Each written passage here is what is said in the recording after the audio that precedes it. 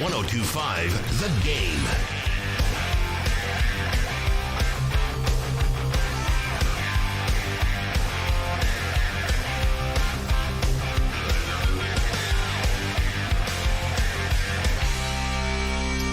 And a good Monday morning to you, and welcome into the DDC here on ESPN 102.5 The Game. Hope everybody had a great weekend. And if we're just talking about weather, how could you not have? Like 85 degrees Saturday and Sunday?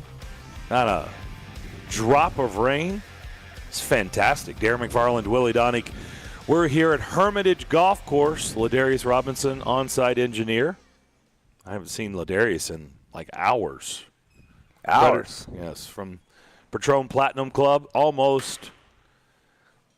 Max got a kick out of me going, have a great rest of your Sunday. Max was like, there was like 45 minutes left in your Sunday. And I was like, yeah, well, make the most of your last 45 minutes. And then right back at it. That's where the Predators will be tomorrow night against the Flames. But we're here at Hermitage Golf Course today.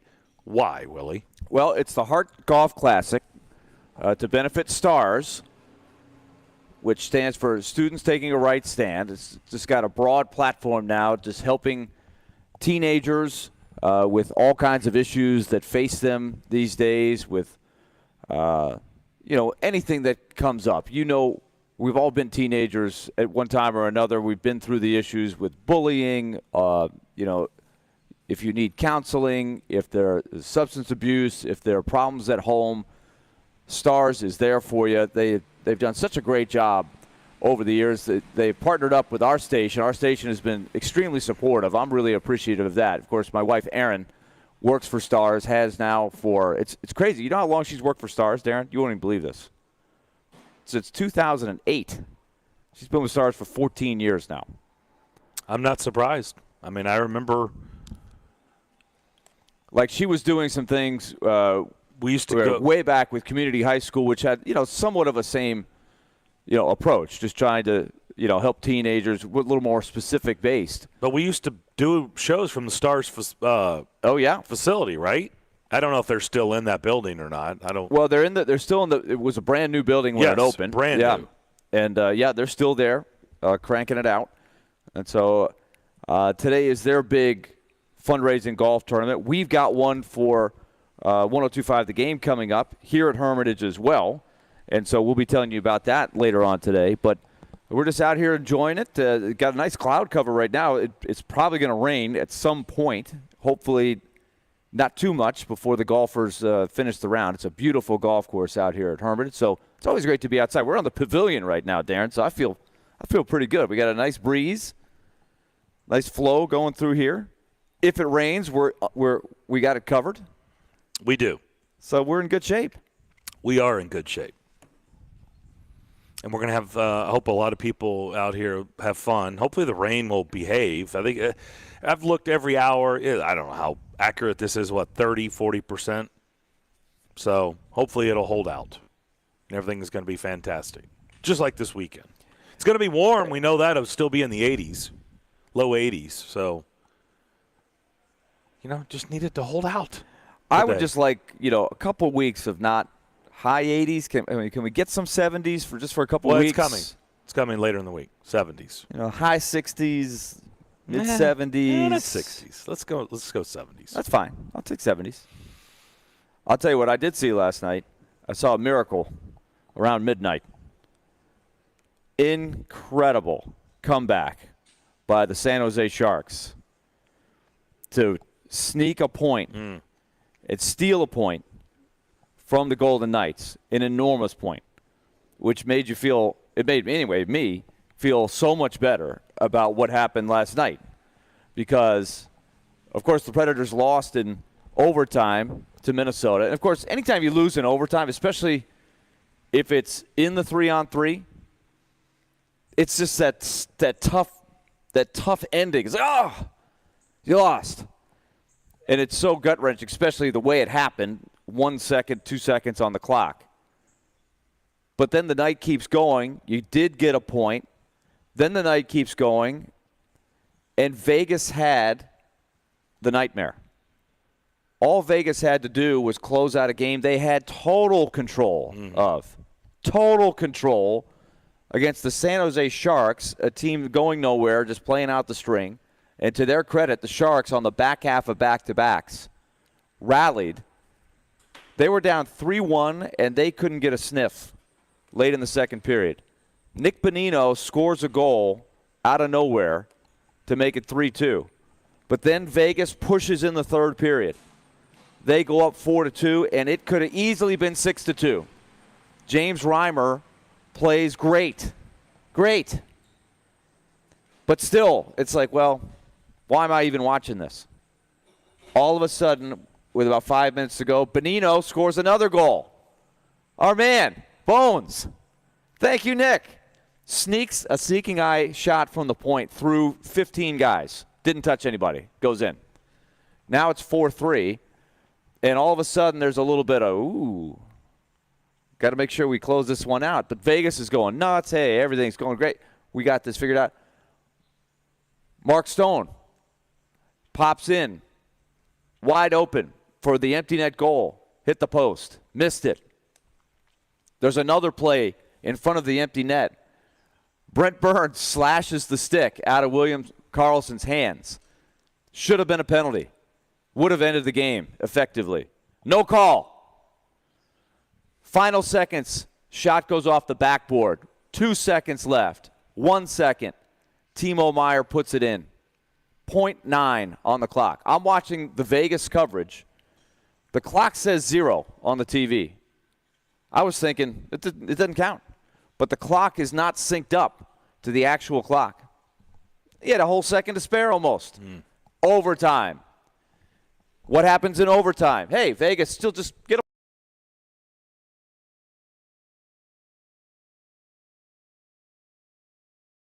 penalty call on Burns in the overtime. 1:37 of 4-on-3 for the Golden Knights. On the ice, Eichel, Stone, Pacioretty, Shea Theodore. 4 horses. They can't score. Goes to the shootout. Who were the 3? Theodore, Eichel, and Nick Waugh, who I think is 3 for 4 on the season. They go 0 for 3 against Reimer. The third shooter for San Jose, his last name is Borderlow. He's out of Michigan, right out of college. Just got to the NHL. Makes an unbelievable move. Seals the deal. And the Sharks get the 2 points. Absolute stunner. So Nashville, instead of the feeling we would have today of, oh boy, Tuesday, boy, we got a lot of scenarios here. That point is enormous. Enormous. And so the Predators now have the magic number of 2 and not 3 to get into the playoffs. Now, holding off Dallas, that's a whole other thing. And, Darren, I sat there with my wheels turning because I got a surge of adrenaline.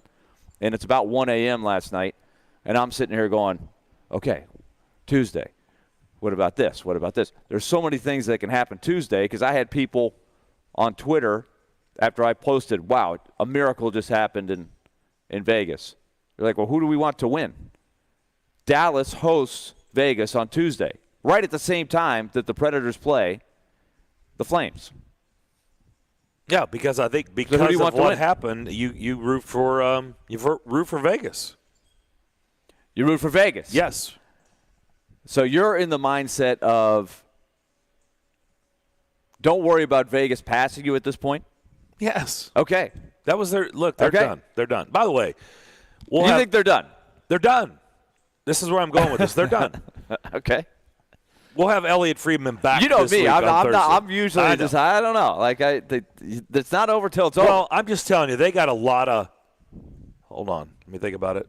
Stuff. Oh, yes, going on behind the scenes. Yes, they do. They got a lot of. Hold on. Let me think about it. Should I say it? No. Let's go with stuff. Let's go with stuff going on behind the scenes. We'll have Elliot back on Thursday. He took last week off, like from everything, not just us. Yeah. He took last week off from everything. He'll be back on Thursday. We're going to get into the Robin Leonard and the stuff going on behind the scenes with it. It's a hot mess. Yes. And it's very clear that, yeah, Vegas has dealt with a lot of key injuries or injuries to key players throughout the season. They've had big stretches of big money guys out of their lineup. Sure, that's factored into this season. But more importantly, it looks like they've got real issues, too, going on behind the scenes. I mean, what was it? Emily Kaplan came out and the reports seem to be true. I mean, like, Robin Leonard having season-ending surgery, done for the year. Vegas Golden Knights, they come out. No, that's not true. No, he's not. What? Well, let's wind it back a little bit further. He didn't start last night, but he was the backup. I think it was Logan Thompson last night, but it was. He was in uniform and he was on the bench. Let's wind it back a little bit further. Their last game was Wednesday. No. Their last game, what's today? I'm losing track of the days. Today's Monday. Man, when you play those back-to-backs, I'll tell you what. Their last game was, they had some time off. They played Wednesday against Washington. The day's not important. Robin Leonard gives up the first goal of the game, and Pete DeBoer, not the nicest, friendliest guy, warm and fuzzy, that you'll meet around hockey, okay? But he's a good coach. Used to be the coach of the Sharks, beat the Predators in Game 7, remember that, and now he's coaching the Golden Knights. They give up a goal early, and Robin Leonard is pulled after one goal. Now, you tell me the last time you saw a goalie pulled after one goal. I can't. He's out. They put in Logan Thompson. They rallied a win in overtime. Kept their hopes alive. Between that game and last night, there were several reports that Robin Leonard, who has been injured all year, fighting through it, is going to shut it down. Is tired of the criticism, and really it sounds like he's tired of hearing it from his head coach. And remember, he's gone through a lot in his career. Correct. Right? He's got some off-ice stuff that he's a great story, really. But he's also a guy that he will share his thoughts and opinions with everybody. Well, he did it in the bubble, did he not? Absolutely did. So this is a guy that is not going to keep it under wraps. Tight-lipped? No? No. So it comes out that he's having season several sources. And then Emily Kaplan yesterday. And Pete DeBoer the entire time. Oh, no. To my knowledge, he's going to dress tomorrow. So he dressed last night, didn't play. So what will be the next chapter? Because as you said, there's some stuff. There's some stuff there's going stuff on there. We'll get into that with Elliott. So they're fly to Dallas Thursday, today. so They play the Stars tomorrow night. I think they're done. Is Leonard playing tomorrow? They're not overcoming. No, I think they're done. I think he is forcing Leonard just to sit there and watch. I think he's going to make him just keep suiting up. Like, he's not going to give him the pass of letting him just go away. Okay. Like, Leonard wants to shut it down and, like, I'm done with you. I want to go away and get surgery, and I don't want to be around you anymore. And I think he's punishing him, going, no, you're going to sit right here, and you're going to watch. Wow. And you're going to have to deal with everything. You can't run and hide. It's a mess. We'll come back and talk about what happened last night at Bridgestone Arena. By the way, on our text line, driven by Wilson County, Hyundai.com, looks like you have 25, 30 minutes until the rain. LOL. Yeah. That was from Griffin. Going. Griffin, that's not funny. My phone says What's 100, funny? 100%. 100%. Yeah, it's getting kind of dark and cloudy. Cloudy. Yeah. Sometimes when that happens, it rains. I'm glad we have a roof. Just like the Titans should have, a roof. We're just like, this could be the stadium. New Titan Stadium. The windows are open. We got a roof and the flow. We got the airflow. We are this is in it. an enclosed, this is it. Open air. We're in a mini version of the new stadium. This is it. We'll send out our renderings a little bit later in the show. Yeah, we will. We'll come back. We'll talk about last night at Bridgestone Arena next. So, what is Jared Stillman going to say this afternoon? You got to play if you want to earn $14.6 million next year. Oh, brother, here we go. But I'm done on investing money in dudes that can't get on the field. Tune in to Stillman and Company, weekday afternoons from 2 to 6. This is some serious stuff right here. Delivered by TriStar Moving on Nashville's best sports talk. ESPN. 102.5 The Game and the Game Nashville app. Watch live on Twitter, Twitch, and YouTube. Finding the right person for the job isn't easy. Just ask someone who hired a lounge singer to be their office receptionist. Hello, this is Mickey Marquis, and you've reached the office of Doug & Associates. Thank you very much. Catch me Tuesday nights at the Hotel Johnson. Hello? But if you've got an insurance question, you can always count on your local Geico agent. They can bundle your policies, which could save you hundreds. Doug and Associates, this is Mickey Market. Hello? For expert help with all your insurance needs, visit geico.com/local today. And now it's Geico's Motorcycle Rules of the Road. Avoid biking in the rain and never touch another person's bike. Hey guys, look at these bikes. So shiny.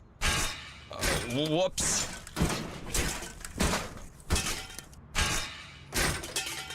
I'm gonna leave a note. Oh gosh, there's more. And the rule to saving on motorcycle insurance is, in 15 minutes, Geico could save you 15% or more. Hey y'all, it's Caroline Fenton, and I want to tell you about my friends over at 312 Pizza Company. 312 Pizza is my favorite place in town. It's family owned and operated, bringing you a slice of Chicago to Nashville. 312 Pizza Company specializes in deep dish pizza, thin crust pizza, and all things Chicago style, always made from scratch using secret family recipes passed down generation to generation. 312 Pizza is open every day except for Tuesday and is located in Germantown with dine-in, takeout, and curbside available. Call 615-730-7888 or head to 312pizzaco.com to order. 312 Pizza Company, Nashville's authentic Chicago pizzeria. Bring your hive together with Spirited Hive. It's Hive O'Clock. What is Hive O'Clock? It's connecting or celebrating with your hive. A time to be present and create shared memories. At Spirited Hive, we become aficionados discerning what goes best with bourbon, tequila, and vodka. Bourbon whiskey with rosemary infused with honey and lemon, tequila ginger infused with honey and lime, or vodka cranberry infused with honey and lime. Available to purchase on reservebar.com or tap room for delivery within the hour. Join us at Spirited Hive on Instagram to see what the buzz is all about. Hey, this is Roman Yossi, and this is Smashville. Going to the front of the net, he scores. What a gorgeous move. Roman Yossi. You're listening to the flagship of the Nashville Predators radio network, ESPN 102.5 The Game. Interact with Darren, Donick, and Chase. Call or text the show at 615-737-1025. Driven by WilsonCountyHyundai.com. He wins that battle. And now the puck passed in down the middle, and the shot and the score. Kulikov broke in, got the loose puck, and the Wild win in overtime, 5-4. Crazy win last night at Bridgestone Arena. Predators will be right back at it tomorrow night, again with the Calgary Flames. Final week of the regular season. So let's just go on and jump into it. We're here at Hermitage Golf Course for Stars. We'll have your wife on a little bit later. How about that? Yep, we'll have to chat with her for a minute. You okay with that? By. Yep. I know she doesn't like to talk. You got to corral her quick because she's moving. She's on the move. She's very shy. But we'll try to put her on the radio. We will. We just heard that moment last night that you never like to hear when you lose in overtime. Especially with time ticking down, and you're thinking, "Wow, what about a shootout matchup? What would the shootout matchup be?" I thought when Colton Sissons wrestled the puck back across the line, that was it. That there's no way they have time for another goal. But it just shows you in hockey how quick ground can be covered or ice can be covered. Right? Did you think like when that puck went towards the bench?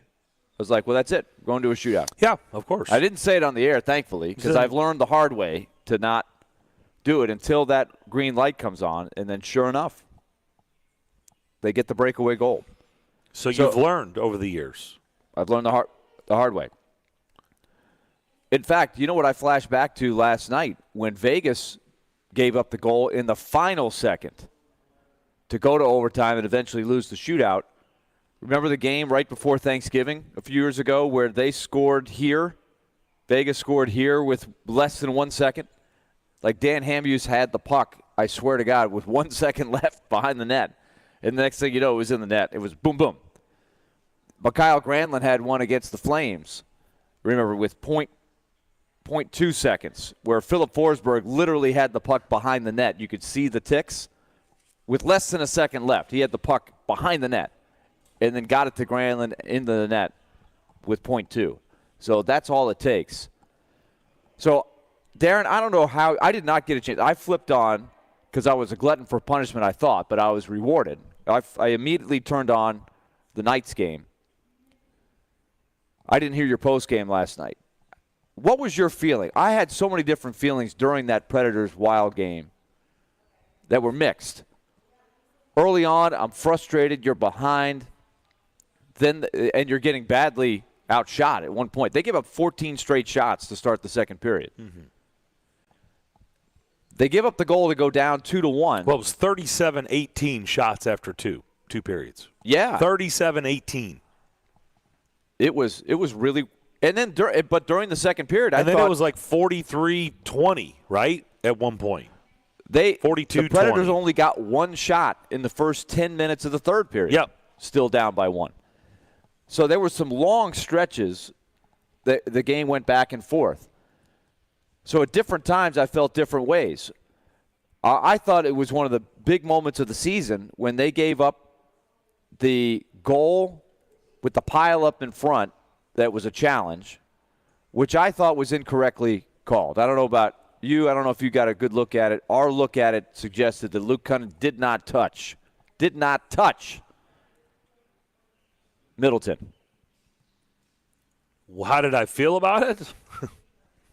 But you could argue that play inspired the Predators. Did you see my tweet? Because I didn't see your tweet. No, I know. It results in a 3-on-5, and the Predators kill it off, and I thought they built – all of a sudden the crowd is going bonkers. They scored the 2 goals, and then at that point I'm thinking, okay, that actually energized the Predators, and I thought they might put it in another gear. Minnesota doesn't have too much to play for, and maybe they'll just surge past the Wild and win going away. But the next thing you know, Kevin Fiala makes a couple of unbelievable plays, and you're behind a goal. And then it looked like Minnesota had a total handle on the game until Fabro comes up with a magical shot. You're throwing too much. So let's go back. Let's go back to the play. Let's talk about it. All right, so where do you want to start? Well, let's start about the disputed goal. Yeah, I mean, my tweet was, sure does look like goaltender interference to me. This one shouldn't count. But what the heck do I know? These plays always come back, seems like 50-50. Coin flip. Every time I'm like, this is for sure one way, half the time I'm right. The other time is for sure this, and they come back and say, no, you're wrong. It's not that. So I said, I don't have a clue. This looks pretty. I've sat there and I've watched it over and over and over again. This, to me, looks like Middleton's blades were up and he was already going down. The first time Kunin's stick made any contact with his body part, I felt like Middleton was already blades up and into Riddick. I don't even think he touched him. I think his stick may have touched his leg late in the sequence. At that Maybe. But they said that he's the cause of that. That is incorrect. No way. It's incorrect. I honestly, look, really this is all for naught. We're going to discuss it because it's a sports talk radio show, and we can bring it up with Elliot and others because I just don't understand. Like, help us understand how you can look at the same stuff and come away. Is this like, the dress color on Facebook? How can you see it as black and I see it as blue? I don't get it. Like, when I look at that dress color, I see it as one color, yet 50% of America sees it another color. Is that how this works? Because I watch it slow-mo. I watch it over. And by the way, it is now pouring. So, Griffin, you were right. Thanks for the heads up. It is pouring here at Hermitage Golf Course. But we are in a smaller version of the new Titans enclosed stadium. So we're good. Very pleasant. We're just going to keep going. There's no delay. There's no lightning delay. There's no nothing. We just keep going. And that's what the new home of the Titans will be like. When bad storms roll in, they just keep going. And people don't have to pull out or go in the club area. They can just stay in their seats. Yep. Because it's enclosed. Anyway, I digress. How can you come away and say Kunin is the cause of that? There's no way you can convince me. There's no way. Like, I don't care what Gary Bettman, I don't care what Toronto, I don't care what anybody says to me. Unless they've got some secret kept video that none of us were privy to. But how can it be any different than what we saw? I don't know. Kunin is not the cause of Middleton going in blades up and falling down into Riddick. It should have been no goal, and the Predators were going to have to kill off a penalty because Riddick was getting the penalty no matter what. Yes. But how do they look at this stuff and say, because that was my exact tweet, this is goaltender interference. This goal should not count. But what does it say that I then in the same tweet can go, but I'm only right half the time because I never know what they're going to come back with. And sure enough, they came back and I said, there you go. That's a prime example. Well, this is, again, what the overall umbrella. Remember, we haven't had a whole lot of these this year. I think it might be the first time. We certainly used to talk about it a lot more. Yes. It might be the first time the Predators have challenged one. And they knew they were going down 2 men if the challenge was unsuccessful. And they were sure enough that they still challenged. Now, that ought to tell you something. But what is the wild card of goaltender interference? A, it's subjective to a point. And B, the referees are the ones that look at that iPad. Now, they get consultation from the Situation Room in Toronto. But they're still looking at that iPad, and they get to make the call. This is what was modified a couple years ago. Unless it's egregious, the call on the ice is going to stand. So that's the standard. And so what I was worried about was not that Cunnin took the legs out of Middleton, because that clearly doesn't happen. You could watch that 100 times, and there's no way, after you look at the different angles, that you can come to that conclusion that they came to. I don't understand that. What I was worried about is that they were still just going to keep the goal because Riddick sort of got backed into his crease, and he's still kind of upright as the puck goes in. I thought they just might say the contact didn't have to do with the goal. But that was my worst-case scenario. But for them to come back and say that Cunnin caused Middleton to go into Riddick, I was shocked. I was shocked. Chris Mason was very confident that they would overturn the goal. We all were. I never assumed, though. I never assumed. I've gotten to the point in offside. Usually, when they challenge, they're pretty sure. Mm-hmm. The goaltender interference is still 50-50. a wild card. It's a coin flip. Yep. You're right. It has come down like we used to have. I feel like we had these discussions a lot more. It's been much quieter on that front this season. But again, I go back to that play, and I just look, and I shake my head, and I go, how did you come to that conclusion? In real time, if you missed that, I could see that if you missed it in real time. We're not talking about real time. Because the stick does come in there, like you said, it's very late. I'm not sure he even touches him. You have a video room. But if he did, he's already falling in. You have people to talk to. It's not about real time. I know. It's about looking at the video slowed down and having a room that can talk to you and communicate with the crew. I don't know if the crew was solely responsible for that call, if that call came from Toronto. I don't know.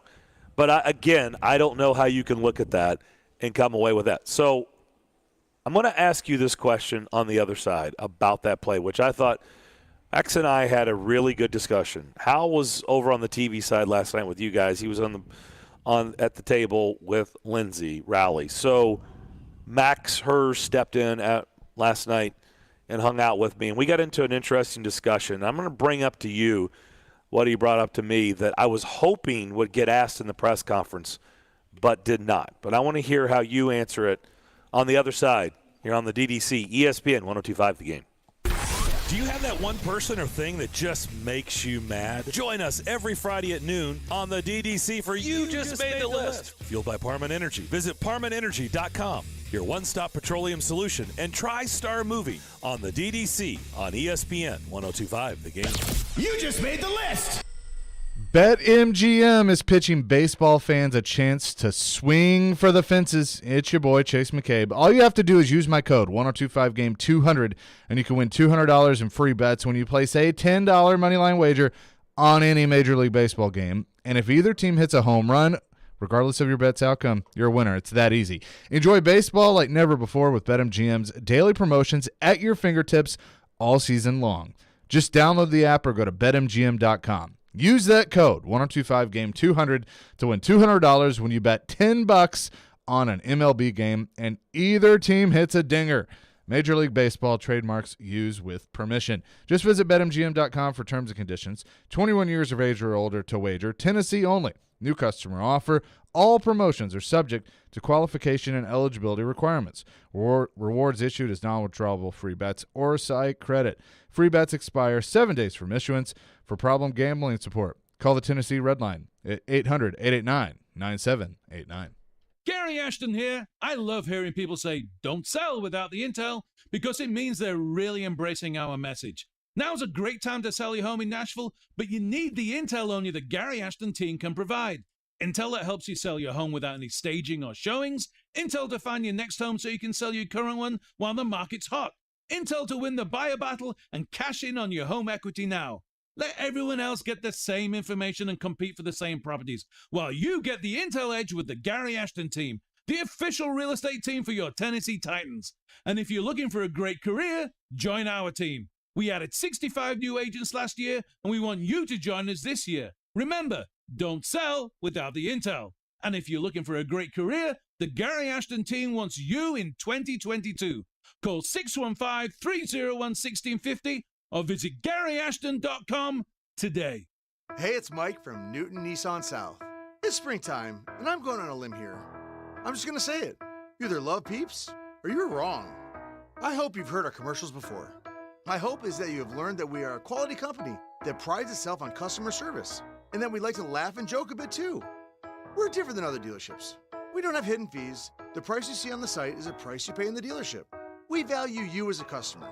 We're aware that buying a car often has a stigma attached. Our goal is to overcome that bad stigma, not with flashy commercials or unrealistic giveaways, but with an honest, transparent car buying experience. We want you to come back, and we want you to tell your friends. We do that by giving you great customer service. We want to make your car buying experience fast, easy, and mostly online to save you time. That's why we have Newton FastPass. You can work your deal and numbers online and work the deal to fit your budget. Sounds easy, right? Hop to it and visit NewtonNissanSouth.com to start your deal. See website for details. Check the deets, peeps.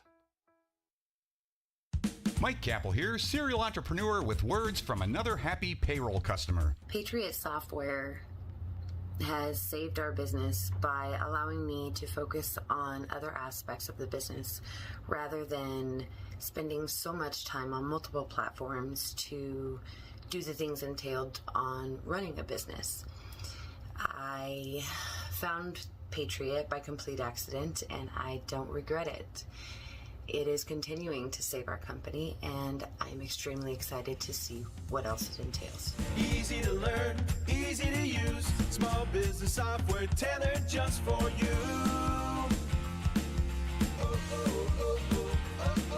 Visit us at patriotsoftware.com. Use promo code RADIO and get 2 months of payroll free. That's patriotsoftware.com. With patriotsoftware.com, accounting and payroll, keep your time and money. ESPN's Turon Davenport breaks down the Titans like no other. On the field chemistry, I don't think it's going to be a problem. It's just going to be a process. Catch TD Mondays at 11, Thursdays at 3, and Fridays at 8. Plus, the Talking with TD podcast drops every Wednesday. When you draft players, it's not just for one season, it's for a career. Nashville's best sports talk. ESPN. 1025 The Game and the Game Nashville app. Hey, this is Ryan Johansson. You're listening to Nashville's best sports talk, ESPN 1025 The Game. We're here at Hermitage Golf Course. And boy, is it coming down. It's a pleasant rain. It's coming down hard. It's not a dangerous rain. It's not lightning and thunder. So no. Hopefully it'll clear come through here and give some windows to get back. Move out there. Yeah. You never know. We'll be optimistic. We will. Darren McFarland, Willie Donick here at Hermitage Golf Course. All right, here's the question that I've got, and I wanted John Hines to get asked this last night just to hear his answer, and because I don't know what his answer is. So everybody knows the new rule: if you lose the challenge, then you're going to go down a man. Everybody knows that. Is that a deterrent? Yeah, it is. But if you feel pretty confident about it and your video coaches, then you go with it, right? You roll the dice. Like, okay, so if for some reason we're to lose, we'll just kill it off.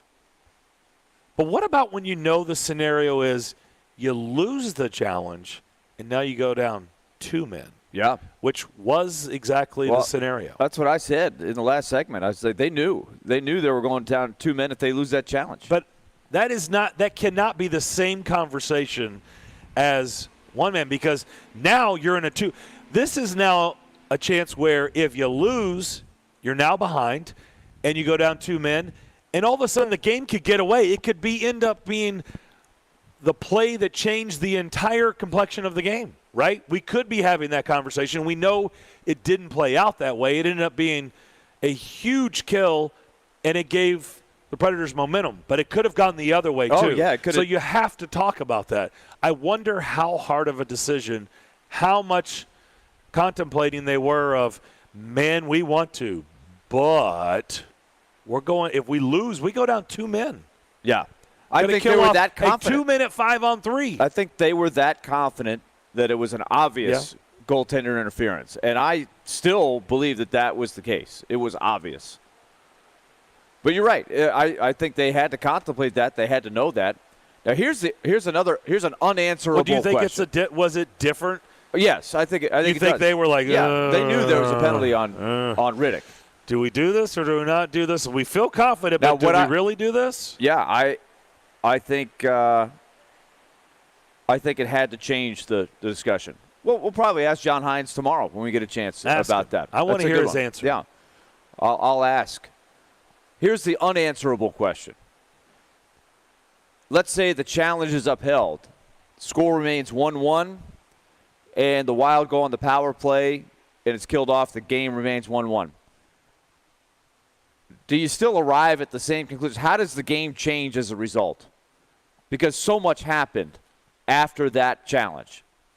The game took a completely different tone. You got this emotional 5-on-3, angry 5-on-3 kill-off. 2 power play goals, you're in the lead. Then it goes back the other way. It was chaos on the ice. How many posts were hit last night? It ended up being an extremely exciting second period after that challenge. So that's the unanswerable question, is what happens if that goal is wiped off? Do the Predators come back strong after that? Or do the Wild continue what they were doing, and that was sort of controlling the game at that point? Like we were saying before, they got the first 14 shots of the second period. Now, a lot of them came on that power play, but really the 3-on-5, they didn't get a lot of shots through. Nashville blocked a ton of shots. Do you have any opinion on that? I mean, that's something we'll just never know. No. How does the game unfold differently if that goal is wiped out? Let's go to our phone line driven by WilsonCountyHyundai.com. Adam in Portland. Yeah, so I love what happened last night, honestly. I'm a big Preds fan, but I'm not sure that they got the mental capacity to handle some of these things that happen to them. That's playoff stuff. You know what I'm saying? Like, that stuff happens in the playoffs. We see it all the time, like a terrible call, the Forsberg skate. Stuff like that happens, and you got to be able to regroup. I don't think they were as good as Minnesota last night. Honestly, I kept watching it, waiting for them to kick it into another gear.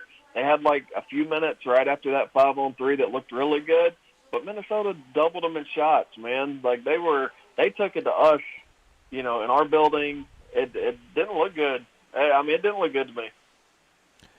Well, I think right now the Predators, I think what Adam is saying is, and I was going back through this, different ways to look at that game. You could be like, oh, shucks, should have won. And then on the other hand, you got outshot 47-25. Possession numbers heavily favored Minnesota. Chances heavily favored Minnesota. But Nashville still found a way to get a point with the backup goalie in there. Can UC Saros maybe on his best night bail you out and win that game for you? Yeah, I think that might have happened last night. But they had to rest UC Saros in their mind. David Riddick gave him a good effort, a solid effort, and got him a point. I think you take that. So the real big picture question is what Adam's asking, Darren, and that is, where is the Predators' A game? Because right now they still are down a gear. Do you agree? And you got to have your A game to beat the best teams. And they're not. They're just right now in Tampa on Saturday. Last night they fought, they clawed and scratched, they battled, but it wasn't their A game. And they've got to have their A game if they're going to be successful in these last 3 games and in the playoffs. They're 5-5-2 this month, and I don't really – a lot of people are bringing up the power play – or the penalty kill, I should say. And I don't really think the penalty kill has been an issue. I think the penalties all season have been an issue, and it's finally caught up with them, and it's basically caught up with them with really good teams with the man advantage, like St. Louis was second best in the league. It bit them in that game. Edmonton was 4th best in the league. It bit them in that game, special teams. And Minnesota. Tampa Bay. But what's weird is, like, they were just on the outside of the top 10. I'm like, how? How is that possible? Like, they're ridiculous on the power play. They scored 8 last night, Tampa Bay. No, they scored 8 against Toronto, 6 against the Preds, 8 last night against Florida. And Florida had won 22 13 goals in a row in 3 games against the Panthers, the Leafs, and the Predators. Yeah, watch out. 3 playoff teams. Toronto is going to be up against it in that first round against Tampa. You think? You talk about some pressure. You think they'll be the underdog? But you're right. Anyway, the penalty kill against Minnesota power plays, everybody's got a problem. Minnesota was 18th, and you're like, but Minnesota came into the game red hot. The 2 power play goals, that's 5 power play goals in 2 games for Minnesota. So their power play has been really good, and they're scoring at will. That's the reason they're having success. They're averaging, 4.5 goals a game? Well, let's again put it in perspective. Now, Minnesota was missing a couple of key pieces last night, but there's only one team that has beaten them in the last 21 games in regulation. One team, and that's the Predators in early April. 6-2. 6-2. They haven't lost. They're 17-1-3. Minnesota is. So they are playing absolutely elite hockey at this point. So to play with those teams, the Predators have to have everybody pulling the rope. And right now they're really leaning heavily on their top guys and on UC Saros. And so hold that thought. That's the issue. Hold that thought. Because we have a question on the text line that I think is a good one, and you just brought up UC Saros, and he's kind of a big part of that question. So let's talk about that on the other side to close out hour number 1 here on the DDC ESPN 102.5 The Game.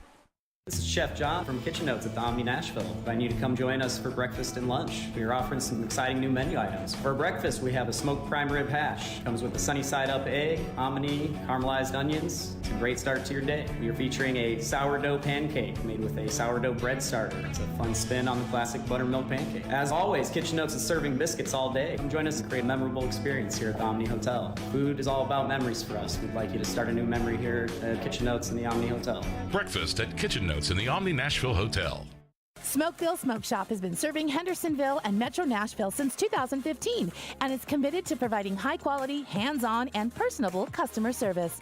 Stop into Smokeville Smoke Shops in Hendersonville, Gallatin, Hermitage, and Goodlettsville to try any of their wide selection of locally sourced products and selection of top nationwide brands, including vapes, hookah, hand-blown glass, detox systems, e-juices, kratom products, leaf wraps, and much more.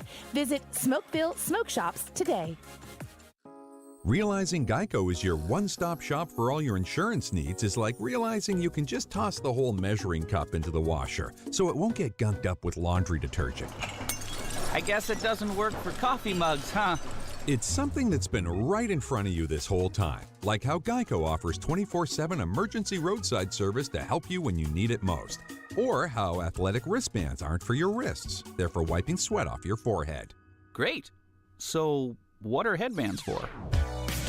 80s night at the dance club. Woo! It's something you can't believe you never realized before, like how Geico makes it easy to bundle your home and car insurance, with even more ways to save when you add boat, motorcycle, and RV insurance, or how a pony is its own animal and not just a baby horse.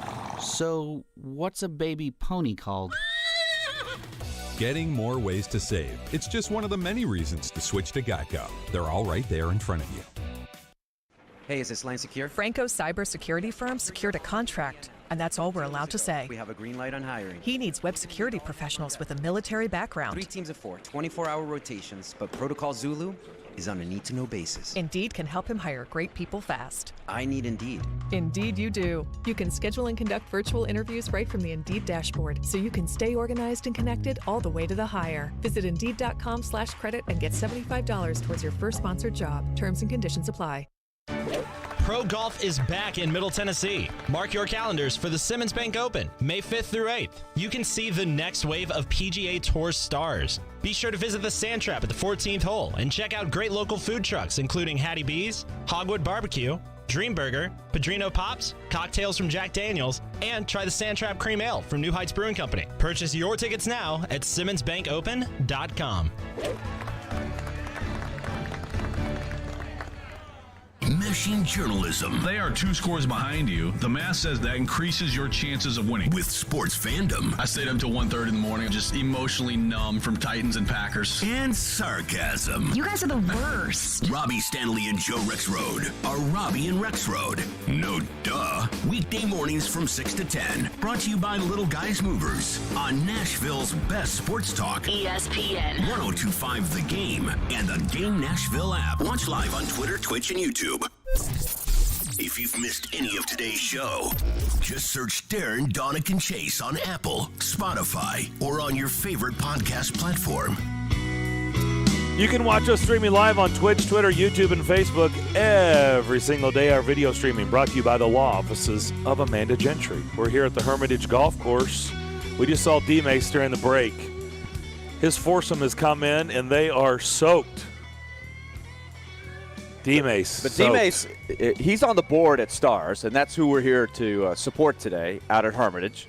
And so D-Mace came in. He looks like a golfer. Remember the first story, a great story that Chris Sanders told that he and Derek Mason, the first time they played golf, they had never played before, and Derek wore his wide receiver gloves onto the course. He did. To get a grip on the club. But he looks like a player today. And he's got his head on one of those cutouts. So that's big time. I mean, you know you're big time when you get your head on the cardboard cutout. One time we had at a remote, we had a cornhole boards with our faces on them. Do you remember that? Yeah. At a tire store up in north of town. That's as far as we've gotten. we don't have the bobblehead. The next level for us would be the bobblehead. Nope. Right? We haven't gotten that yet. Nope. Mason and Skillsy now are at that level. So they have moved to that level. They bobblehead level. The bag chuckers. Let's Lester on our text line, driven by WilsonCountyHunter.com, said last night you and Mace were talking about how big this game was, and he said, in fact, Mace said it was the biggest game of the year so far. So with that being said, why wouldn't you give Saros, if you were going to give him the night off this weekend, why wouldn't you give him the game off in Tampa and play him against Minnesota?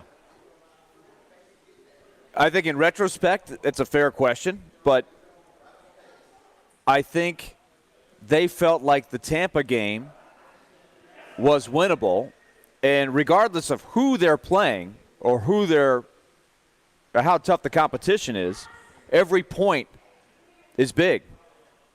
So I don't know that the game last night was any more important than the game on Saturday. Would you agree? Like Minnesota, you can't do anything to Minnesota. Minnesota is simply playing for home ice against the Blues. So taking points away from them isn't a factor in the decision. I think they felt like with a fresh team going to Tampa, arrested UC Saros, you give it a shot. Well, even though Tampa right now, we've seen, they've turned the dial back up to championship level. If you had played Tampa a couple weeks ago, you might have caught them at a time where they were sort of cruising. A couple guys hurt. You know, they weren't really – they were losing some games. Like, what's going on with Tampa? They got that wait for the playoffs kind of thing, but now all of a sudden they flipped the switch. My answer would be I don't know if John Hines knew exactly how he was going to have that play out. I think he was – I said it yesterday. I said it yesterday in pregame. I said it last night even in postgame. I said it this morning on Robby and Rexrode. If you're asking me, because remember they didn't skate, right, before the game. So nobody knew who was going to be in net. I was like, yes, he pulled Saros 2 minutes into the third period, but would I have been surprised if he goes right back? No. In fact, I was probably leaning towards he's just going to go right back to Saros because we've been retrained under John Hines. He's not afraid to do that. And so I thought there was a real shot. He played again last night against Minnesota. I do think they leave their options maybe they open. Changed the game plan after what happened in Tampa and just said, you know what, it's just maybe just give him the next game off. Maybe the game plan changed. That would be my answer without knowing, again, not hearing it from John Hines.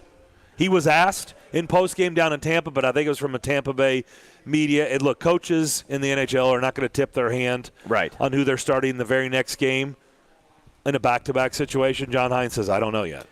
So that was his answer. It was quick. Dave Randorf, who is the television voice of Tampa, did come up and ask me before the game. He said, who's starting for you guys tonight? And I said, it's Saros. He goes, we weren't sure. So we weren't sure because you guys play Minnesota tomorrow. So it's a fair question to ask. I just think that their thinking was if Saros plays a great game against Tampa, they could have maybe thought about coming back with him last night. But either way, I think what was a smart thing at the end of the night was to play Riddick last night. And Riddick came through with a big point. You know, you'd love to have UC Saros for every single game because he's such a game changer. But there is a point where you got to pay the piper and rest your starter. And David Riddick, to his credit, he's gone long stretches without playing. And he came in. He's not a superstar, but he gave him a solid effort last night and got a point. His last two starts, he's had 2 starts in 2 weeks. But he's got a point in the back half of back-to-backs in each of those starts. It's not all bad. Unnamed texter, Preds are a good team. Problem is they aren't better than any of the top 6 teams in the league. They'll get smoked in the first round. They're better off to not make it or try to get a higher draft pick. I don't ever. What? Anybody's ever listened to the show, I will never, ever subscribe to that. No, that's the wrong answer. You don't try to miss the playoffs to get a higher draft pick. So is that what they should have done in 2017? Or It's not even about that. Like, without even knowing the results, it's vitally important for the success of a franchise to make the playoffs. That's more home games. That generates more revenue. And a lot of fans will say, well, I don't care about that. Really? So you don't care? Do you care when you go into Bridgestone Arena, which, oh, by the way, is just as old? It's older than Nissan Stadium. Does it look it? The constant upgrades. Yeah. The constant new things they're putting in there. The millions of dollars they sink into it at all times to always keep it fresh and new. Do you care about that when you go to games? Well, how do you think that happens? If they got just 2 more home games, that's millions of dollars. Yeah, it is. It is. Look, that's your opinion. You have the right to that opinion. Just don't expect me to ever agree with it, ever. I will never say, yeah, the better course of action is to not make the playoffs as opposed to making the playoffs. I agree. I always think you play for it. And I do believe that if this team can find that gear that's been missing for a while, I do think they can be dangerous in the playoffs, regardless of who they play. But I think they look like a team that's a notch below the elite teams right now. And that's no shame because, I mean, Minnesota is going to pay the piper down the road for these moves they've made this year. They've loaded up. They've got salary cap issues coming. The Predators' outlook is really good with the salary cap.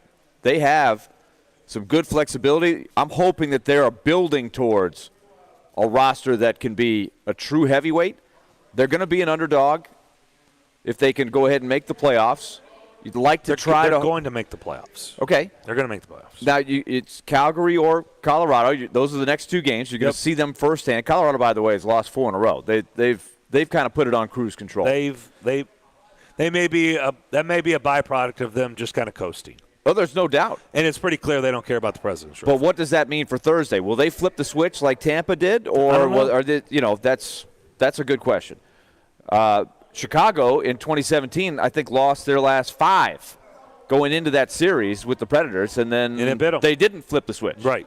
We've seen both. Look, that's one part of the. It's an unknown. One part of playoffs is a whole different thing. That's one answer to that question. The other answer is just the obvious. I mean, like I said, without even knowing the results and just playing the worst case scenario, it's still worth it. But there is this element of look every year. Do you watch the NHL playoffs? Watch how difficult it is to make predictions. We do it every year. And look how hard it is to predict just going round by round and trying to predict who's going to win. It's hard. Mm-hmm. It's very, very unpredictable, which makes it fun. Does that mean they're going to be the upset special? I don't know. Everybody hopes so. But I'm saying that's the other element is you don't know. In NHL playoffs, we have example after example. It's not just 2017. I know that's the example we reference the most because it happened here, but the league is littered. Canadiens. Last the Montreal year, Canadiens. Literally no one predicted them to get to the Stanley Cup final last year. No one. Nobody. They got to the Stanley Cup final. It happens. Like, just get in and see what happens. Like, there's never a scenario where it's, hey, I'm not feeling it this year with this team. They got no chance. They got no chance. So let's just bag it. Let's just skip the playoffs and let's get a higher draft pick by like 2 spots. Yeah, and boy, that'll fix everything. Come on. No, that's not the solution. Now, later in the show, we should probably talk about what's missing right now. There's some guys right now that they've got to get back. I'm not saying that feeling isn't warranted, and we'll talk about it later, but it's still not the answer to that. It's still not the answer of, hey, let's just forget the playoffs because doesn't look like this team is good enough. But there are things to discuss, which are, and we will a little bit later, but we'll come back. We'll talk with TD, Teron Davenport. He joins us every Monday to start the second hour. We will do that next here live from Hermitage Golf Course, ESPN 102.5 The Game. Robby Stanley. That one is by far my favorite. Robby and Rexrode. Weekday mornings 6 to 10 on Nashville's best sports talk. ESPN 102.5 The Game. ElectronicExpress.com. We make it happen. Don't miss the historic opening of Geodis Park on May 1st as Nashville SC comes home for the first time of the 2022 season. Become a season ticket member starting at only $357 to ensure you are there for the big day. Come on in and grab a seat at NashvilleSC.com/22ticks. Hey, it's Chase McCabe here to tell you about Dr. Kelly Rice Family Cosmetic and Dental Sleep Medicine. Dr. Rice, listen, we all have cavities. But what's the best way to try and keep them from happening? Cavities are like any other health condition. You don't really know you have one until it gets bad. Recently, I saw a patient for treatment that they had been putting off. Something that could have been simple to fix 6 months ago turned out to need a root canal and a crown. Postponing treatment costs more and takes time away from work. Nobody wants a root canal, so you're right. Regular checkups are very important. Well, we do things differently. I want to let people know that if they're afraid of pain or worried about the cost, they are not alone. Don't be embarrassed. We understand. Give us a call at 615-373-4488. That's KellyERice.com. Dr. Kelly Rice Family Cosmetic and Dental Sleep Medicine. If you don't have dental insurance, no problem. Be sure to join their membership club. Just visit KellyERice.com or call 615-373-4488 now to schedule your cleaning and checkup. You'll certainly be glad you did. You know what's going to happen, and when your car needs service or repair, remember Mitchell's Mr. Transmission on Gallatin Road, just north of Briley Parkway. Now, here's Jim Mitchell. Our fleet vehicle program is a great benefit to all the fleet companies in Nashville. We are able to get their vehicle back on the road a lot quicker than the downtime of most dealers and most general repair shops, simply because we have the transmissions available. We're able to put priority on their vehicles to get them back on the road quickly. You know what's going to happen, and when your car needs service or repair, remember Mitchell's Mr. Transmission on Gallatin Road, just north of Briley Parkway. Nashville's best deal of the week is Penne Pazza in L&L Market in West Nashville. Penne Pazza is Nashville's best and most authentic Italian restaurant, serving farm-to-table pasta dishes, signature pizzas, salads, and more in their open kitchen concept. Head to theGameNashville.com/deals now to get half off a $30 gift card to Penne Pazza while supplies last. That's theGameNashville.com/deals. Penne Pazza, crazy good Italian cuisine. From the Hillside Medical Game Studios, WPRT-FM Pegram, WPUC HD2 Laverne, broadcasting 97.5 Murfreesboro, 106.3 Williamson County. ESPN 102.5 The Game and the Game Nashville app. A Cromwell media station. Live from the Game Nashville studios, it's time for Darren, Donick, and Chase. With hosts Darren McFarland, Willie Donick, and Chase McCabe. On Nashville's best sports talk. ESPN 102.5 The Game. Second hour DDC here live from Hermitage Golf Course for Stars. Currently in a rain delay. Boo! Looks like it is starting to taper a bit. Darren McFarland, Willie Donick. You're very hopeful today, aren't you? Well, I mean, very hopeful. I like your optimism. Doesn't it look like it's it slowing does. down? Yeah. It's been coming down pretty hard here. The forecast doesn't look great, but let's hope we can chip away one hole at a time. Well, today it's for Stars, but also keep in mind we will be here at Hermitage Golf Course May 16th for our celebrity golf tournament benefiting Folds of Honor. So looking forward to that. You can sign up at thegamenashville.com/golf. Let's bring in Teron Davenport. Talking with TD is his podcast. Check it out every week. You should be out here on May 16th as a celebrity at Hermitage Golf Course. People golfing with TD. Just talking with TD, golfing with TD. They can talk with you and golf with you. That'd be pretty cool. Well, that would be a serious confidence booster because I am not a golfer. So they'll feel good because they'll do better than me, that's for sure. So when was the last time you played? I've actually never been on an actual golf course. I did like the putt-putt, the miniature golfing thing, and that was probably the Super Bowl, the Eagles Super Bowl. So we're talking 2017. What's your favorite color, Teron? My favorite color is blue. Okay. What if we gave you a dozen blue balls, just like in putt-putt, that you could come out here and play with? I mean, I've stayed away from golf on purpose because they say it's very addictive, and I'm a very competitive person. So I can see myself spending too much time on the golf course trying to get good. So I've kind of, in the interest of time management, have stayed away from it. So even the dozen blue balls, that won't work for me either. Okay. I think what we need to do is have a putting green where Teron showcases his putt-putt skills. And, Teron, I'm with you on that.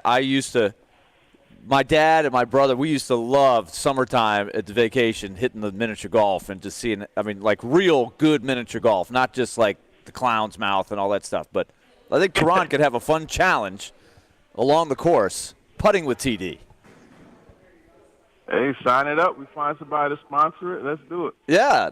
We're giving the ideas to the suit over there. Chase is going to hear this, and the light's going to go on. I like the light bulb. So what did you make of last week, Friday's discussion on the show? I think it happened. It kind of came out, circulated. It was Thursday or Friday. It was towards the end of last week. They're all running together with Ryan Tannehill. Obviously, a lot of people were talking about that. A.J. Brown's response to Ryan Tannehill's picture that was deleted. What did you make of all that? Yeah, A.J. is just having fun on Twitter. I think it might be best for him to stay away, because it could become a little bit of a distraction. But, I mean, he's just having fun. You got to remember, he's 24 years old. He's just a kid just playing on social media. As far as Ryan Tannehill not being there, it's unfortunate. Again, it's voluntary, but still, as a quarterback, you're kind of the tone setter, so it is important for him to be there, even though it is voluntary. But at the same time, we're not sure exactly what the reason is for him not to be there. And I will say this, if Mike Vrabel's okay with it, then I think everyone else should be. But, at the end of the day, this is what we do, right? We criticize a lot of things, and we critique and analyze, and that's what's going on here with Tannehill not being there. I don't really know the answer, and I know you don't either, but you're a little bit closer to it than us. He speaks every Wednesday. I don't think he particularly says anything, and that's fine. I mean, that's certainly what they want. But you can read his body language. But let me just ask you this, because Robby and Rexrode asked me this morning, and I really don't know the answer. Like, I kind of feel like he does he's I don't want to say he's tone deaf, but I don't really know. Does he know the chatter? He's down in Florida. He's not living here. Do you think he knows all the chatter that's been going on this entire offseason around him? And that's why he's still, like, he put that out there, like, no, like, the timing is like, ew, wow. But I also don't know, really. I really don't. Does he even know what's being said? What do you think is the answer to that? I don't think he knows what's being said because he doesn't really pay attention to it.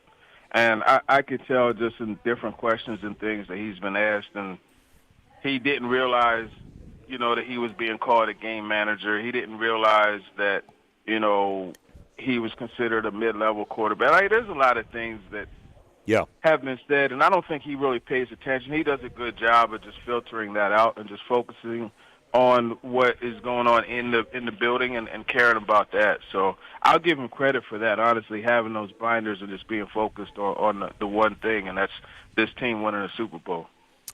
Ultimately, how do you think, John Robinson, how do you think it's going to play out with A.J. Brown? Do you think a deal will get struck sometime this offseason? Do you think I don't even want to give you, I don't even want to give you options. I'm just going to let you take it however you want. How do you think this plays out in your mind? Yeah, I think it's going to be just like the other situations with Derrick Henry, Taylor Lewan, Kevin Byard.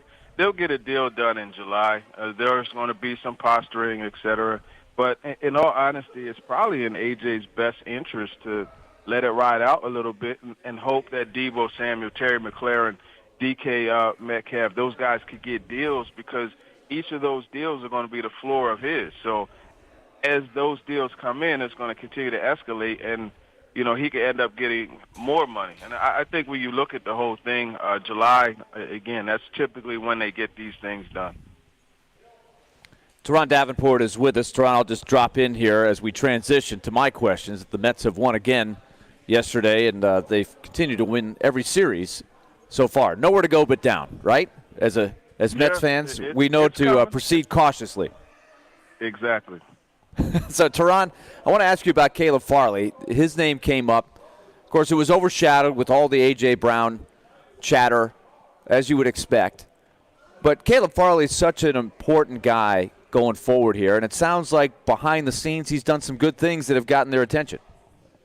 Yeah, they feel as though he is, Mike Vrabel said he's light years ahead of where he was at the end of last year, which is a good thing. He actually won one of the quizzes or the challenges that they had. He beat one of the veteran players, so that's a plus. And it's just really, it's all up from here, because he only played 2 games last year. He was so-so in those games, but I think when you look at him being thrust into that starting role, it's something that he's embracing. He's working hard. Kevin Byard said he's been in the building pretty much every day, so it's a positive, and they're going to need him after releasing Jack Rabbit Jenkins. So, John Robinson also said that he bulked up a little bit in his upper body, which is good. So we'll see how it works. When you typed in, and a lot of the people who were covering the press conference all had the same thought, when you see Mike Vrabel at a press conference say he is light years ahead of where he's been, that resonates with me as well, because he doesn't throw those lines out there lightly. He will not give you the public praise unless he's very, very confident. He's calculated when he says that. So that got my attention. Yeah, and it should also be noted that those statements came after John Robinson spoke.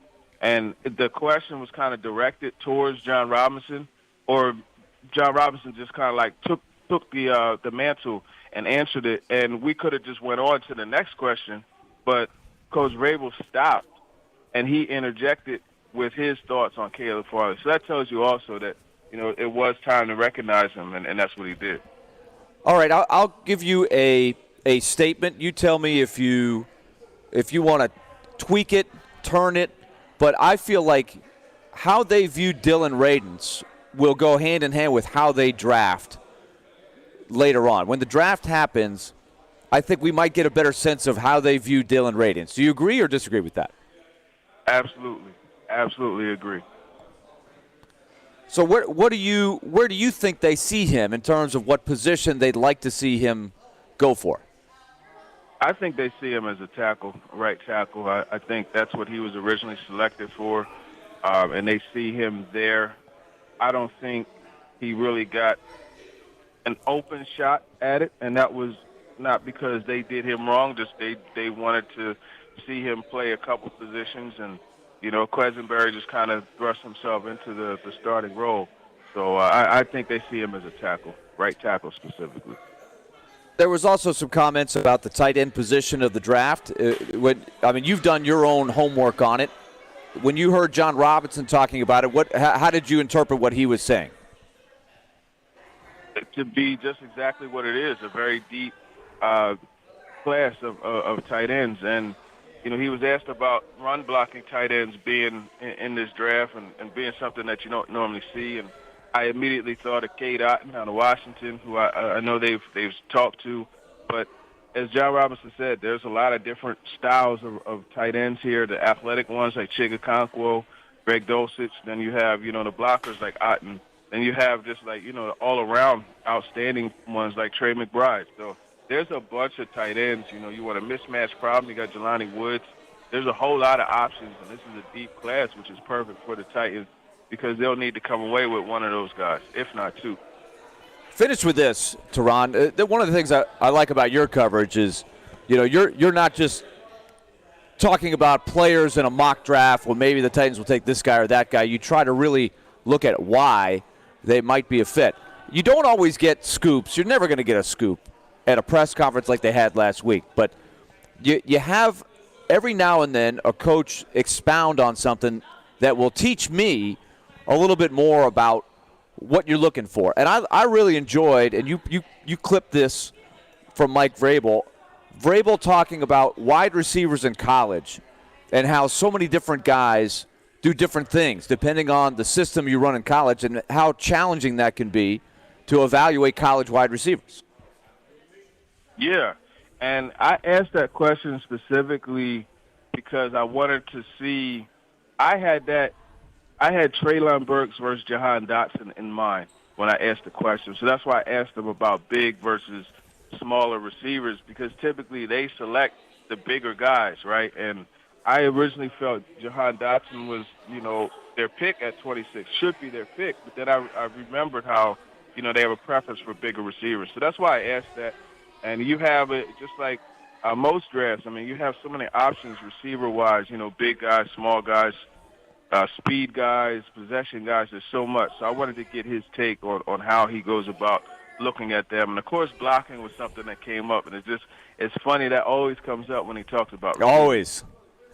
Always comes up. I also liked how he was talking about it. You could have a very productive college career and only know how to run 2 or 3 kind of routes and be on one side of the field. Like, it was some really interesting things that I guess I'd heard a little bit before, but it really resonates. You're like, okay, this guy really will have an easier time making the adjustment. Like when you have the tools and the speed and those things, that's one thing. But I kind of thought about it as a pitcher that might have a great fastball, 98, 99 miles an hour, but he hasn't been taught how to pitch very much, and that can be a rude awakening sometimes.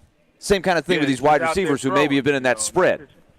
Yeah, no, that's exactly right. And that's why it's really important to look at full game copies of guys, even, on my level where, like, hey, look, I could be wrong more than right in anything. But, anytime you're evaluated, you want to you don't look at just the clip.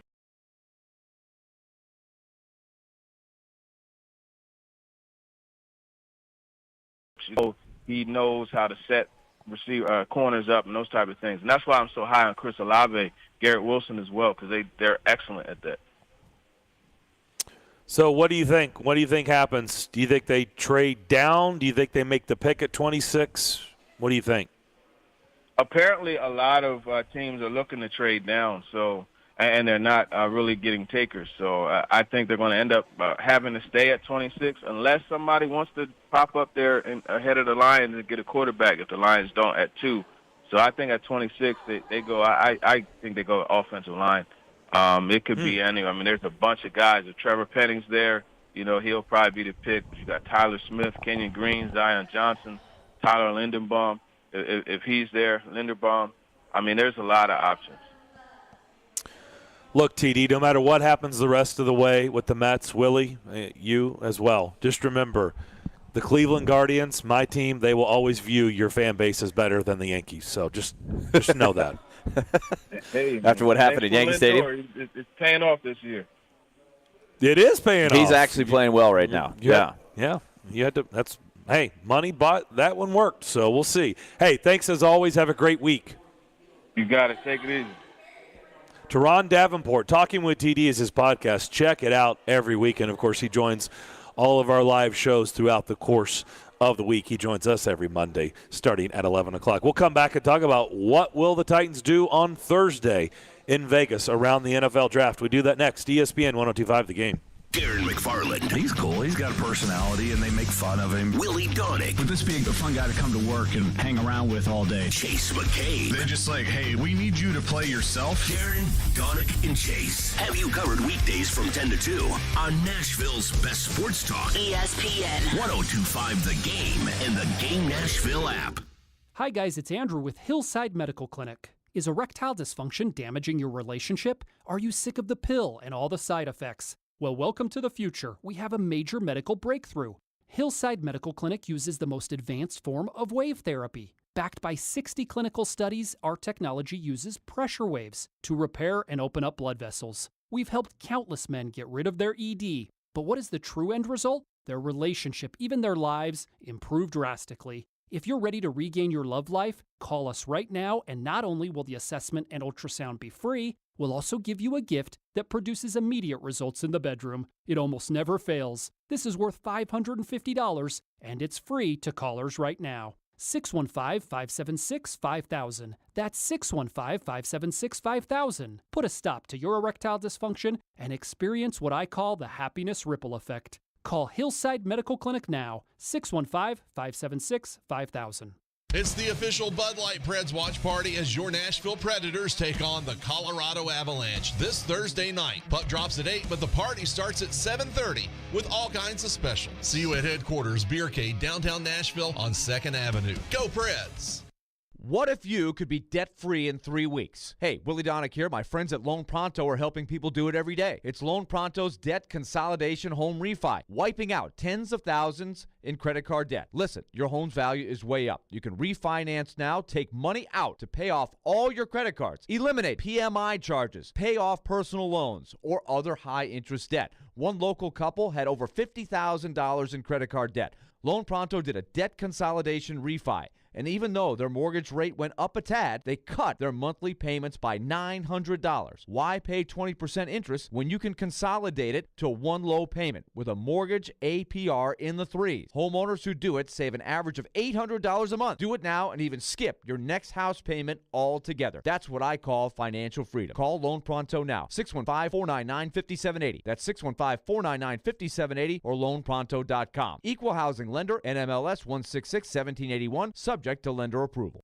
Hey, Darren McFarland here, and I'm excited to tell you about my friends at Spring Hill Heating and Cooling. Spring is here. If your AC or heating unit is old and inefficient, then you need to take advantage of the Spring Hill Spring Special for a limited time only. Save up to $1,000 with Spring Hill Heating and Cooling. Get a York unit that lasts with a 10-year parts and labor warranty with up to 60 months no-interest financing on all York units. Restrictions do apply. Schedule now at springhillac.com. Spring Hill Heating and Cooling, a York certified comfort expert company. From curriculum-based literacy programs and sport leagues to college tours and workforce readiness tracks, Boys and Girls Clubs of Middle Tennessee provide a safe place where youth gain the tools to learn, lead, and reach their full potential. You can support local youth and their great futures by donating at bgcmt.org. Jump in the mind of an NHL veteran as Predators analyst Hal Gill joins Stillman Company Tuesday afternoons at 5:30. Here they are in a pressure situation every night because they need 2 points. And Robby and Rexrode Thursday mornings at 9:30. Goaltending, I think it might be an issue at some point. Presented by Duncan on Smashville's best sports talk. ESPN 102.5 The Game and the Game Nashville app. Interact with Darren, Donick, and Chase. Call or text the show at 615-737-1025. Driven by WilsonCountyHyundai.com. Apparently, a lot of teams are looking to trade down. So and they're not really getting takers. So I think they're going to end up having to stay at 26 unless somebody wants to pop up there and ahead of the Lions and get a quarterback if the Lions don't at 2. So I think at 26 they go. I think they go offensive line. It could be any. I mean, there's a bunch of guys. If Trevor Penning's there, he'll probably be the pick. But you got Tyler Smith, Kenyon Green, Zion Johnson, Tyler Linderbaum. If he's there, Linderbaum. I mean, there's a lot of options. There you go. TD says they will stick at 26. Probably too many teams trying to move down. They don't have a second-round pick. I think in a perfect world, they'd probably love to get out of 26, have 2 picks in the second round in a perfect world. But I don't think that's going to happen. No? No. Because too many other teams have that same mindset? Yeah. Okay. But offensive lineman, one, fans, and I know it doesn't have any impact at all with the team, and I get it, but one, that's never a sexy pick. Nobody gets excited about that. It's a practical pick. It's a practical pick, but that's fine. You got to have them, right? And when you get the home run offensive line pick, and, down the road, everybody's excited about that pick, but it never is leading up to the draft or during the draft, right? It's like, oh. But for here, it's even more, because I know if they go that route, the reaction, and I may be the same one. I may be just like a lot of people. Football. You don't draft offensive lines in fantasy football. It's just not exciting. When you think about the last 2 years, and it's like Isaiah Wilson, maybe the worst draft pick in the history of the franchise. Well, you got that. And then Dylan Radins, which I think is absolutely critical to their plans this year, but in year one, a complete zero. So we still don't know what he is. I would say not zero, but he close. was a zero. Well, he in a pinch, he at least got out there. Okay, fair. You're right. You can't be a zero if you played against the 49ers and you did not. Isaiah Wilson is at zero. Left tackle. That's right. Unless you can go below zero. True. Isaiah Wilson is the zero. Retraction. Yeah. Let's say 7%. Yeah, 7 to 10. 7. And what you hope for, 7%. honestly, you hope that behind the scenes, he's got the work ethic, he's getting better. There are plenty of offensive linemen that take a year or 2 years before they're ready to go. Hopefully he's ready to help them this year. The other one I think of, though, when we're talking, if you, like Teron says, if you subscribe to Radins being the right tackle in a perfect world, then that means they could be drafting an interior lineman in the first round, which a lot of people philosophically are like, yeah. Too high. Yeah.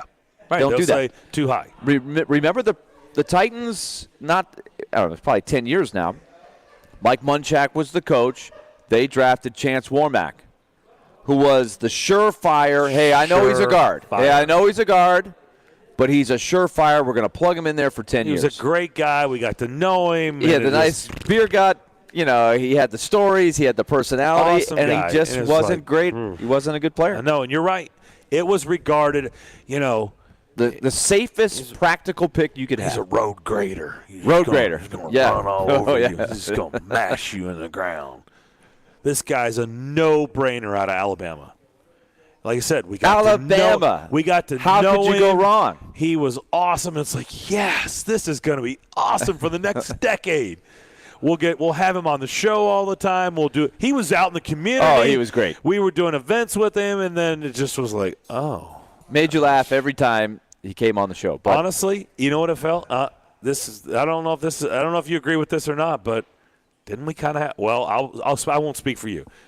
I had the same thoughts about Rashaan Evans. Like, oh, this is good. This is a good pick. Linebacker from Alabama. We got to know him right out of the gates. Oh, great personality. This is going to be fantastic for the next decade. Rashaan Evans is awesome. He's going to be a great player. He's going to be impactful, and he's great to deal with. Well, whoops. I mean, he played for a while, but it was one of those first-round picks that they didn't. Warmack. Yeah. I mean, it was like after 3 years, it was like, oh, yeah. It's not looking like it was the projections. Doesn't feel the same. Like, not that their personality doesn't feel, but their play on the field is like, all right. Oh, okay. So that's one option. That's the practical option.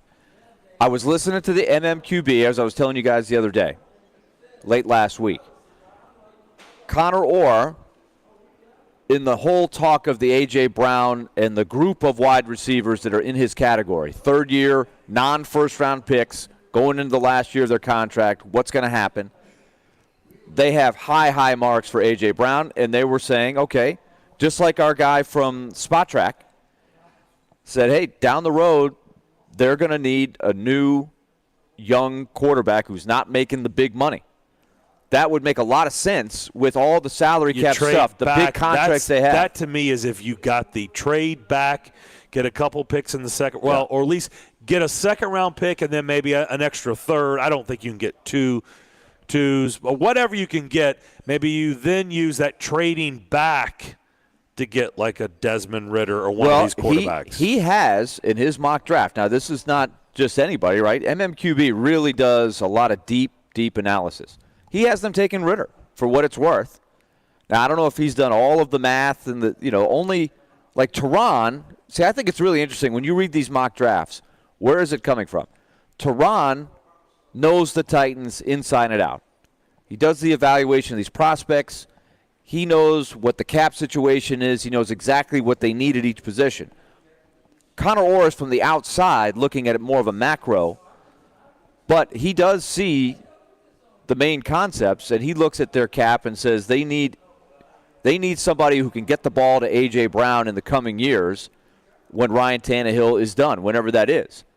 And so he looks at Ridder. It's an interesting philosophy. I'm surprised. When we started the coverage, when the season ended, basically, in my mind, it wasn't on the radar. I didn't think there was a quarterback out there. It's not a quarterback-heavy draft. And so I really have not come around to this. I don't see it. But I do think people will be curious. If he's still on the board and they're picking at 26, how many people will be buzzing for Ridder there? As opposed to an offensive lineman or a wide receiver. As I said before when we've had these discussions, look, they know whether they're in or out on Desmond Ridder. This is a unique situation. Mm-hmm. The head coach has a great relationship, very he should know everything tight there is to know. Relationship with the head coach at Cincinnati. And this is not just the typical head coach who's going, I love this guy's great. Because they like to prop up their guy. They want their guys drafted, right? So they can tell recruits, hey, Desmond Ridder, that was first-round draft pick in the NFL or whatever. They want their kids to go high. It looks good for the coach. It looks good for recruiting. But when you've got a relationship where Mike can say to Luke, man, come on, give it to me straight here, man. This is me and you talking, buddy. Yeah. You're not talking with the Green Bay. I know you love the kid. You're not talking with the Green Bay Packers. Yeah. You're talking with me, okay? Yeah. Tell me the ins and outs of Desmond Ridder. He's going to get answers, and he's going to get information that most of the teams in the league will never get, if any, will get what Mike Vrabel will get. So they know one way or the other. So I would say that, without being privy to the info, you have to just kind of trust that whatever they know, if it is good enough for them to take him, then they got told a whole lot of good for them to pull the trigger on Desmond Ridder, right? Like, you just have to trust the information because they're going to get better info than anybody else.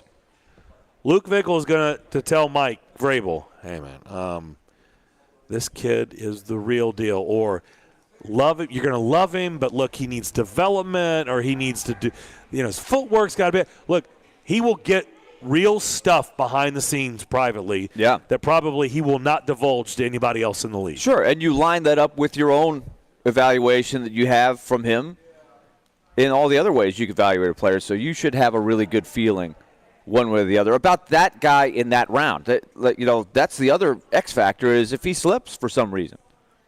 If he slips back and you can go grab him in the second round by making a trade or something, these are all things that can happen. This is why the draft is compelling. Look, I'm the last guy that sits there and wants to watch day after day of coverage. Of course, in 2020, I watched the whole thing because there was nothing else on. But I'm usually not a guy that watches hour after hour of this stuff. But it is compelling to see what strategies people take. And then in hindsight, remember the draft we were talking about with Chance Warmack? What did they do in that draft? They traded up to get Justin Hunter. Yep.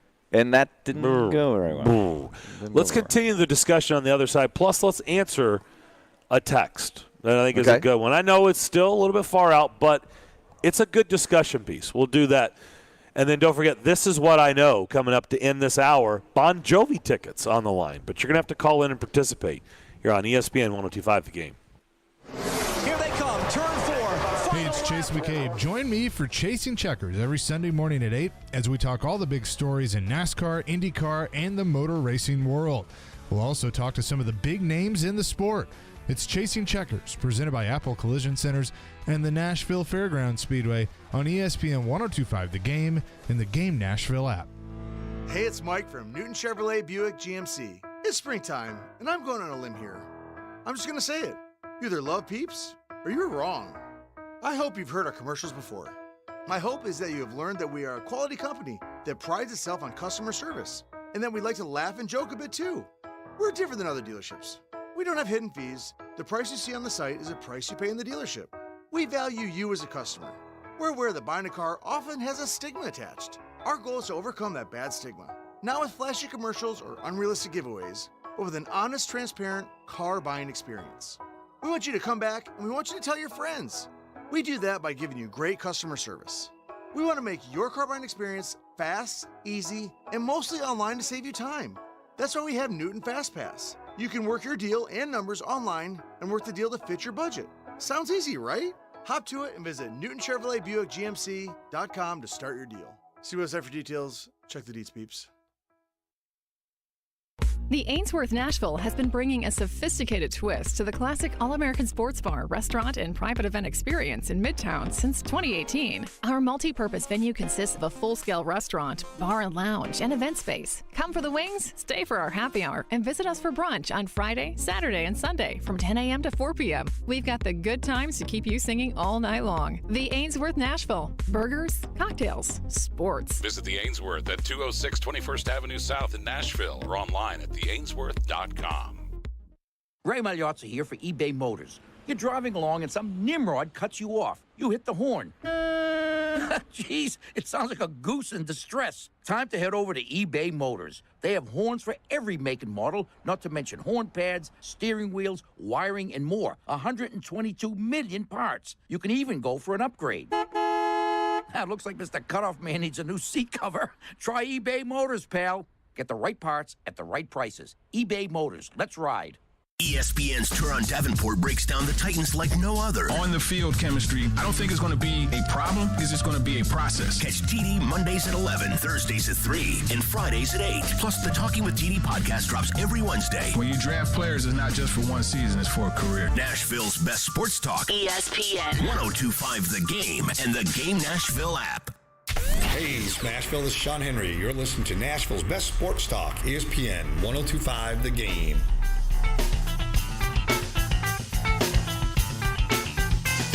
Back on Darren, Donick, and Chase at the Hart Golf Classic at Hermitage, benefiting Stars. Aaron, are they back on the course? Are they back out there? All right, the rain has lightened up. They're back. They're back at it. D. Mace and his crew have hit the... We're going to have to get a score on D. Mace's team. Derek Mason on the board. They look like Stars. they could hit the ball, that's for sure. Well, there's no question. They got some athleticism. They got some size. One of the guys on his team looks like he could be a power forward or a tight end. I mean, he's a big dude. He looks like he could crush it. Yeah.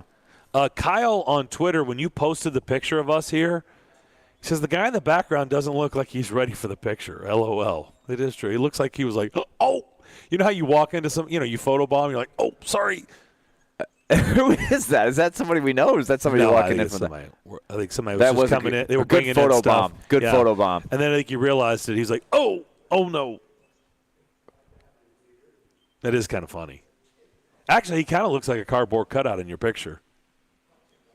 It looks like it could be another cardboard cutout back in the corner. It does, in the background. I put my arm around not D. Mace, but D. Mace's cutout. That was my move in the picture. Okay, let's answer this text. This is on our text line driven by WilsonCountyHyundai.com. This is from Trent. Do you guys, or he said, what's the general consensus with you guys? Do Do you believe the Titans will win the division again next year? Now, we will make predictions in August for sure, or early September, before the season begins. We'll do our top 10 throughout the course of the season. We'll give it a little bit of time, and then we'll start doing that weekly. That's fun. But I would say right now this is pre-draft. I think a lot of the free agency stuff is kind of, right, there'll still be a move here, move there. But overall, the big stuff has happened. So it's really just what's going to take place starting Thursday through the weekend. And then we won't have any clue about these guys, right? They're just rookies, and who knows. I would say the Colts are a slight favorite. Agree or disagree? I disagree. Okay. I'm going to say the Titans should be the slight favorite. And, of course, as you said. You're like Chase. You're in love with the Colts, and are you breaking up? Are you breaking up with them? No. Because Chase the is Colts quick are to very break good. up. The Colts are very good, but the Titans have won this division 2 years in a row, so they should be the favorite. Okay. Doesn't mean they're going to win You're it. saying they've earned the right to be the favorite. I think they should get some benefit of the doubt, yeah. If you're trying Even to make with the favorite. losses, like they lose Saffold. Yeah. That's a big loss. Yeah, I think so. So you're okay with who else? Who else have they lost? Well, your boy, the Q, Quisenberry. Quisenberry. Julio, who is Julio. Boy, that was a big one. So who else? Like who else? If you're doing one of these things that they do in the previews, right? We know the linebackers, Jayon Brown, Rashaan Evans. I mean, they're two linebackers, starting linebackers gone. Okay. Guys that have been here for years. But in theory, last year, of course, we know that they started the year with Bud Dupree not 100%. Took a half season for him to get going. In theory, he will come in fully healthy, ready to go. The rabbit named Jack is gone. Caleb Farley should come in fully healthy, ready to go. Jack Rabbit Jenkins that's on the column of who's gone. I don't think that they've taken a big step back. I think the key is, what's the guy that they're going to play that game with in the health question mark will be Bobby Trees, right? Okay. What do they get from him from the start? And if you don't have him from the start, who else do you have to balance out A.J. Brown? And then, of course, can you get A.J.'s situation resolved? That'd be a nice thing. Like, I'd hate to have nothing resolved on Bobby Trees and A.J. Brown in a holdout. Like, you put those two things together, you got really big problems at wide receiver, which you had many times last year. Aren't you missing one other big one? It's kind of important. Do you know for sure the Keene comes back and he's back to normal? And it looks like. Well, what reason do you believe that he's not going to be healthy to start training? I've never had a Jones fracture, so I don't know. I mean, okay. Well, I mean, as we sit here now, he's good enough to play the game. I hate using this example because it's not fair. But we do kind of view them the same, right? We thought they were kind of invincible, these freaks at running back. But I mean, Eddie George turf toe. I mean, we would have. We were like, okay, so it hampered him this season, but he's got the off season. He'll come back and it'll be the old Eddie George, and it never was the old Eddie George. And I'm not saying that's comparable, but it's possible. It is comparable because they were two you could make a tremendous list of 20, 30 running backs. And freaks of nature, right? When you looked at them. Insane. Yes, that is absolutely very possible. Durable guys. Yes, that's very possible. But isn't that – it still has to be a question mark until it's not a question mark anymore, right? Of course. That's a question mark. Ryan Tannehill is a question mark. There's no getting around that either. But all that to say, I think the Titans know how to win.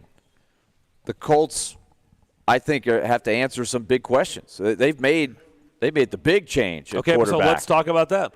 Is Matt Ryan an upgrade over Carson Wentz? That's what we need to find out. I believe it is. I believe it's an upgrade.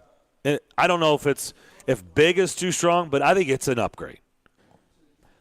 I think if you did a plane, if you're doing a graph of Rivers, Wentz, and Ryan, I don't think net results it changes a whole lot.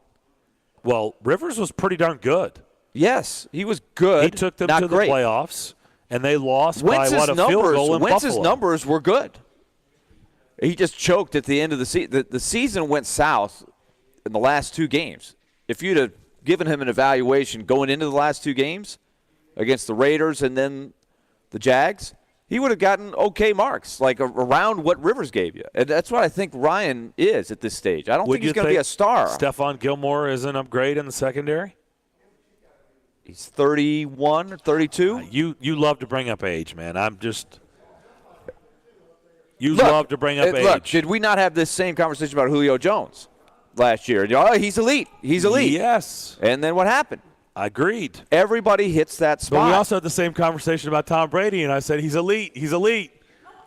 You got to treat him differently. Yes. Until you can't treat him differently. But a corner, Julio's in the you can't treat him different anymore. But you have the Darrell Greens, you have those occasional guys who beat Father Time. But Gilmore is already showing big signs of age. He's missed a lot of games. The biggest telltale is the Patriots gave up on him. Yes. And that's usually not a good sign. They're usually not wrong. And he's been injured a lot since then. And he's aged. But he still has to be an upgrade. They traded away a corner. How much of an upgrade? He's not – he's a number 1, number 2? Like where do they have him? Starter. No, overall, it's a good defense. Do the Colts have a good defense? Yes. Do they have a good offensive line? Well, they got to find the tackle. But in theory, yes, they have a good offensive line. They got the running back. They have a lot of pieces. They should have made the playoffs last year and didn't. They're probably a playoff team. But I still have an edge to the Titans. But this draft will tell us a lot. The Titans could really use some infusion of immediate help from this draft, which they have not been able to count on the last couple years. I think it's a really good question. I think it's pretty darn close, but I would say just because you know how out I was on the Colts last year with Carson Wentz, I was not a believer. I did not predict them to go to the playoffs like so many people did. I think Matt Ryan is an upgrade. Like I said, I'm going to maybe pull back on Big because Big may be too strong, but he's an upgrade. And if he's an upgrade and they should have made the playoffs, then probably. But you're right. The scenario can still play out where both can get in and the Titans win the division, right? I mean, that doesn't mean that the Colts, you have to win the division, but you could also make the case, as we've said all offseason, yeah, but everybody in the AFC has been getting better this offseason. So can 2 teams from the AFC South get in?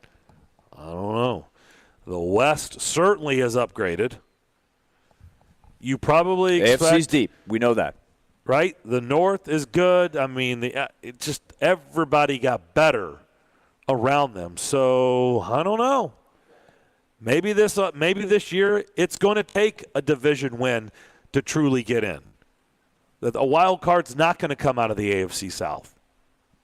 You could certainly make that case because of really how everybody around them has gotten better. The AFC clearly, like I said, especially the West, I think it's going to be much better. Denver, huge upgrade.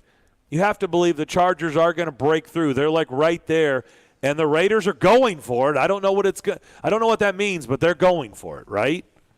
Oh yeah. They're truly going for it. There's going to be some people disappointed who have lined up to try to win that will not be in the playoffs. That's probably the best way to put it. Somebody's going to be disappointed because right now they've got big expectations and they've done a lot and they're not going to make it. It's not going to end up being the results they're looking for. All right, we'll come back, find out from you what you know. Bon Jovi tickets on the line, but you're going to have to call in and participate. 615-737-1025. Your phone calls to finish up second hour next. Hey, I'm Ryan Johansson, and this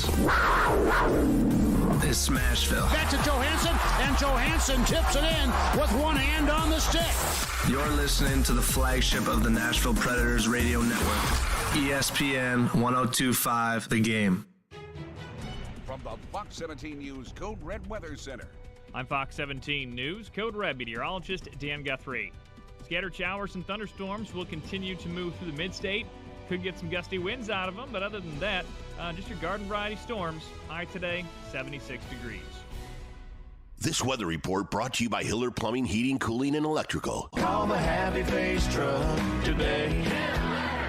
Don't forget to grab your mom something special this year. Shop at Social Furniture for their Mother's Day sale, where everything is in stock. They have sofas, bedroom sets, and top-name brand new mattresses like Purple, Serta, Sealy, and Simmons on sale now. Running out of time? Well, at Social Furniture, there's no waiting and same-day delivery. Use Social Furniture's financing plan and pay no interest for 1 full year. Shop at Social Furniture today on Charlotte Avenue in West Nashville. Shop local. Shop social. Social Furniture is a proud supporter of your Nashville Predators. Smokeville Smoke Shop has been serving Hendersonville and Metro Nashville since 2015 and is committed to providing high-quality, hands-on, and personable customer service.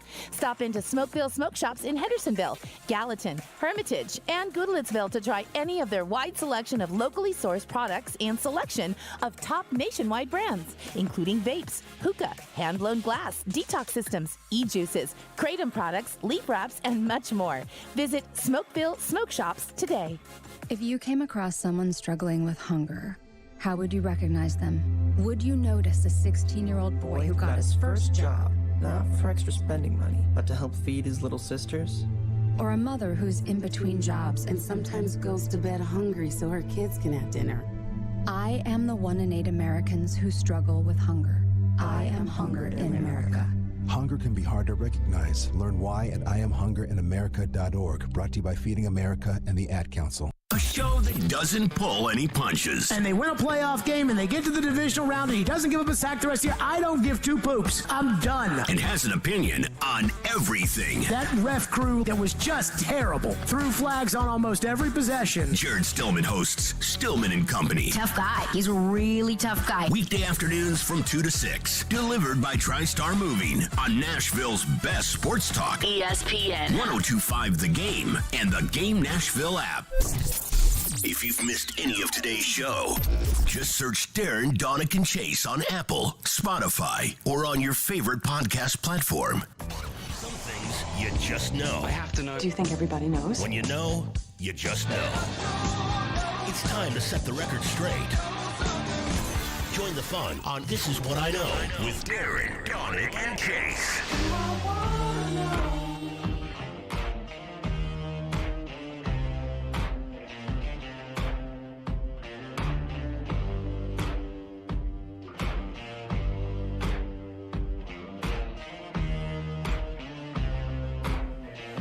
All right, this is what I know time. It's Twick time. Bon Jovi tickets on the line. Jump in there. 615-737-1025. Bon Jovi will be at Bridgestone Arena this Saturday? Is that right? I didn't even know that. Okay. So that's this. We're making plans for you this weekend, this Saturday night. But you're going to have to jump in and tell us what you know. Willie, I'm going to just go on and use what we were doing during the break. Your lovely wife, Erin, brought up. She came over and said, how are we doing? I said, I could use a snack. I'm kind of a little bit wobbly. I know I've got a bad knee, but I'm kind of wobbly. And so she brought out a Nature Valley sweet and salty nut almond granola bar. Good choice. Twix. Nothing wrong with Twix, right? Right. Payday. Huh? Payday. Peanut caramel bar. Good. Reese's peanut butter cups. Now, I told her this is what I know. If you just come out and lay that out in front of me and say, hey, just choose one, I will dive across the table for the Reese's peanut butter cups. That's number one. I know what my Always number one draft pick would be. And especially if it was frozen, I wouldn't even that's done. Sorry. But I told her practically Payday makes sense. To be practical, like if I want to level out, I need a little fuel. I'm kind of getting hungry, right? We're at that point, getting ready to be high noon. Haven't eaten any food today.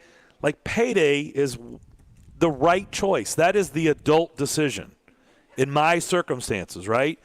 The kid, Maddox, would choose, if I'm 10, if I'm going back and I'm Maddox's age, I'm jumping across the table for the Reese's peanut butter cups. But this is what I know, Willie. I've finally grown up in my 50s. I'm going to make an adult decision, Aaron, and I'm going to go Payday. That's what I know. I'm finally an adult after all this time, and it happened on your watch. at the Stars event at Hermitage Golf Course. Okay. It took all this time, Willie. I finally grew up. You were on the clock. You guys have watched me grow up. You had the first pick in the draft. You were on the clock, and you took the time. The time was starting to cut down, and then it said pick is in. Payday. The pick is in. And I didn't pull a Mike Tyson, let the draft clock, No, that would have been bad. Go down and let somebody then you else dropped, and Ladarius would have had the first pick. Right, and Ladarius may have jumped on payday. He may have jumped on payday. You may not have gotten what you wanted. So what do you know? Well, I know that my pick is still on the board there. I'm not looking at health at all. I'm gonna go for the Twix. You're going for my the pick. Twix? Oh, yeah, that's my pick. Okay. If it's still available. At pick 3. Ladarius has the second pick. Oh, he's got the second pick. Yeah, he's got the second pick. But I'm just going ahead. I called Ladarius to try to trade up to the second pick. I eat a pregame meal with Ladarius before every home game, and I'm not sure what he's going to do. I really don't. You can't read him, huh? He's tough to read. He's a tough read. I don't know what he's going to do. Really don't. All right. Here's what I know. Darren, you and I both arrived at the same decision today. First of all, we both have our white staff shirts on. Mm-hmm. So we made the same call there. We also made the same call. Is that a wardrobe malfunction? Or I is don't that a know. good thing? I mean, we're in uniform. We're on display. We can wear the same shirt. Okay. If we were in the studio, then I'd question that. But we're out and about, and I made the decision here on April. What's today? April 25th. Yep. I went with the shorts. First day. I got the spanking white legs, no tan at all, because I have not been in the sun. Yep, a little chalky whatsoever. Mm-hmm. And debuted the shorts for the first time in the spring. And you did the same thing. I'm with you. We kind of, I don't know what happened, but we pulled out the same shirts, and we both decided to unveil shorts for the first time. But I wore a leg sleeve, so you can't see how chalky I am. Yeah. Well, I apologize to anybody here at Hermitage for the non-tan legs at all. I got to work on the farmer's tan a little bit, and maybe go out and mow the lawn or something. Okay. When the sun comes out, and try to get a little color. But in the meantime, you got to break in the shorts at some point, and today was the day. 615, good. 737-1025. And, of course, Darren will wear shorts now until November 15th, maybe even Thanksgiving. He takes it way into the fall past anybody else. I usually, like Labor Day, go back to not wearing shorts as a rule. Darren will take it all the way. David Beauclair is in that boat as well. Is he? Yes. Okay. Mm-hmm. So you guys are the pioneers. We can shorts until it's just unbearable. Yeah. Okay. Yeah. Yeah. We used to have a running bet out of the Titans practices who would go longer. into the football season? Yeah. Okay. Yeah, and we just basically were like, for the sake of getting sick, we just need to end this bet. This is silly. Okay. All right, let's go to Hank. Hank, what do you know? I know something that I completely forgot and remembered when I was at that stinker of a Predators versus Blues game the other night.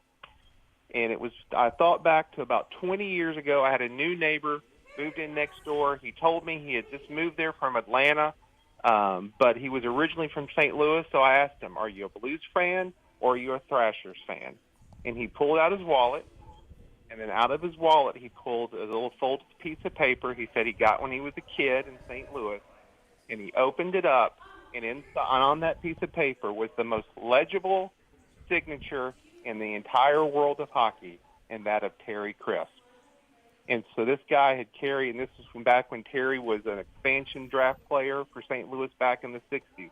So this guy had carried this signature of Terry Crisp since he got as a kid for 30 years. And I just think that just tells you everything you need to know about Terry Crisp, the effect that he has on kids in the game. That's what you know. That's a great point. That's a good one. Hank, thank you.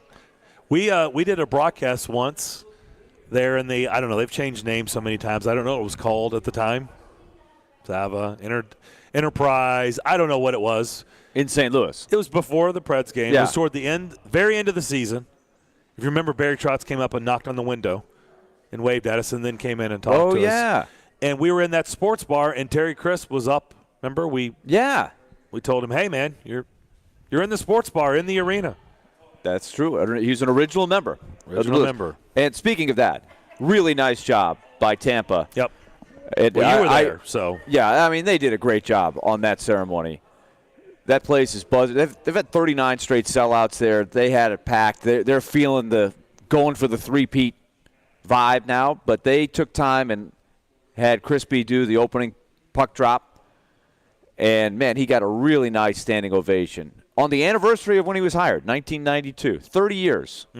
30 years ago to the day. And also, it was the same anniversary of the largest crowd ever to see an NHL playoff game.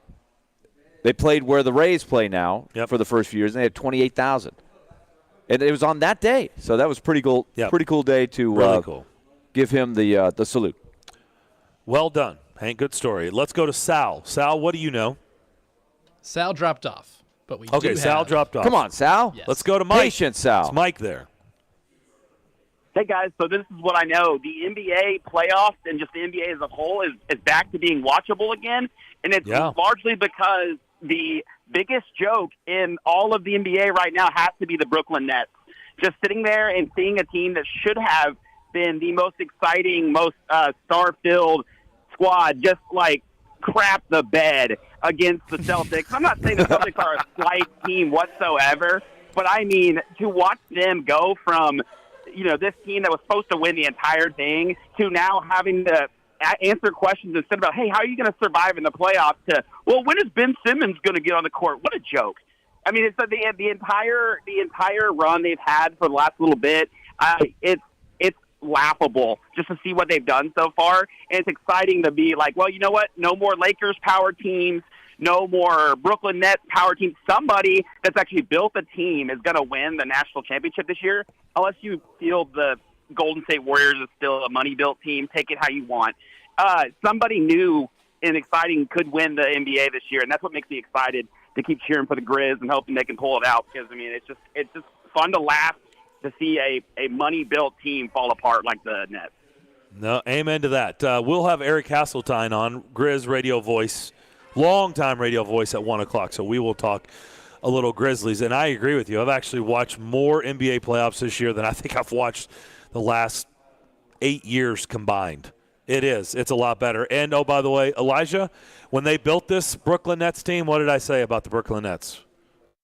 That they will not make a run, or that they're the most and I hateable said they're team. the most unlikable team in NBA history. And I said I will never root for them to win a thing. And it has played out exactly that way. And I think it's hilarious to hear Kyrie Irving saying, we just haven't had time to gel. Aren't you the one who played like 30 games this year? I'm just asking for a friend. All right, let's go to Eric. Eric, what do you know? Hey, guys, the last call just stole my thunder. That one I was going to talk about, but I've come up with another one on the fly. This is what I know, guys. I'll tell you what, guys. What the Yankees did Saturday against the Cleveland Indians was despicable. You can't be throwing trash or whatever, just doing all what they're doing. It just doesn't give you right as fans to have the behavior you have in sports.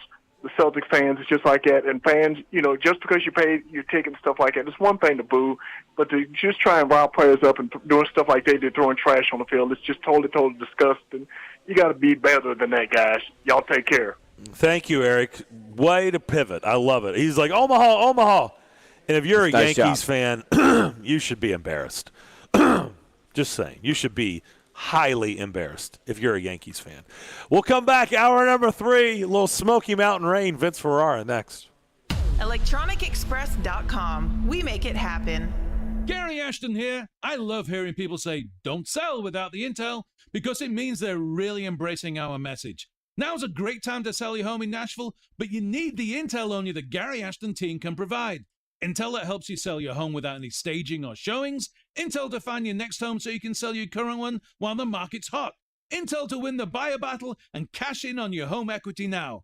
Let everyone else get the same information and compete for the same properties, while you get the Intel edge with the Gary Ashton team, the official real estate team for your Tennessee Titans. And if you're looking for a great career, join our team. We added 65 new agents last year, and we want you to join us this year. Remember, don't sell without the Intel. And if you're looking for a great career, the Gary Ashton team wants you in 2022. Call 615-301-1650 or visit GaryAshton.com today. This segment of ESPN 1025 The Game is brought to you by Train Heating and Cooling Systems. Tested, retested, engineered, and re-engineered to keep up with you. We run together. Visit traininfo.com to find your local independent train dealer. Traininfo.com. It's hard to stop a train. Hey everybody, it's me, Chase McCabe, and I'm so excited to be talking about my go-to drink when I'm out and about, Screwball Peanut Butter Whiskey. Screwball is the first and most awarded peanut butter whiskey in the world. It's an original, just like me, the suit. I take Screwball as a shot, but it's great on the rocks, in an old-fashioned, an espresso martini, and many more. So next time you're out and about, ask for Screwball Peanut Butter Whiskey. Enjoy responsibly. Copyright 2022, Screwball Spirits, LLC, San Diego, California. Whiskey with natural flavors, 35% alcohol by volume. Erectile dysfunction ruins sex, but it's more than that. It harms otherwise good relationships. It destroys marriages. It can cause depression and anxiety, and it can be extremely hard on a man's self-esteem. This is Kim for the Tennessee Men's Clinic, and if you're suffering with ED, if it's affecting you, I want you to know that if you're like most men, we can treat it and get you back to the man you used to be. At the Tennessee Men's Clinic, we're ED experts. Our protocols have success rates as high as 90%. We've successfully treated thousands of men in the Music City, and we have a variety of treatment options and treatment combinations that could have you performing like you haven't in years. You could even last up to an hour and experience great sex again that is satisfying for both you and your partner. In treating your health, expertise matters, so make an appointment today. Your initial appointment is only $99 and includes blood work and a medical consult. Call 615-208-9090 or go to TennesseeMen'sClinic.com. Visit our website to learn more, including side effects. Treatments extra. Results vary.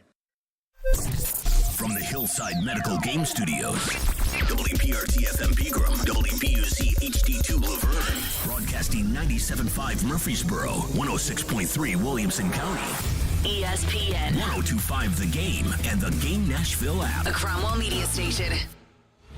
Live from the Game Nashville studios, it's time for Darren, Donick, and Chase. With hosts Darren McFarland, Willie Donick, and Chase McCabe. On Nashville's best sports talk, ESPN, 102.5 The Game. Smoky Mountain rain keeps on falling.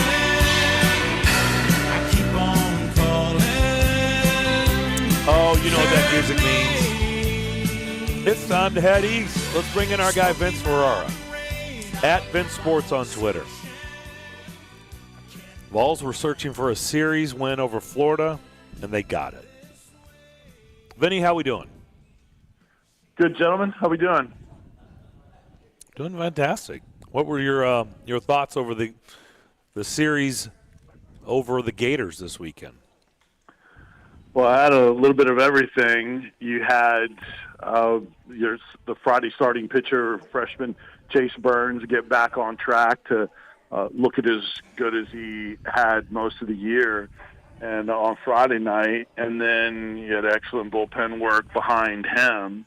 Then on Saturday, the pitching was even better with the return of Blake Tidwell, preseason first-team All-American and likely future first-round pick, who started his season late, March 30th, because of shoulder soreness. He made his first weekend start for Chase Dolander, who is not out an extended period of time after taking that line drive off his arm, but they held him out of the rotation for this weekend.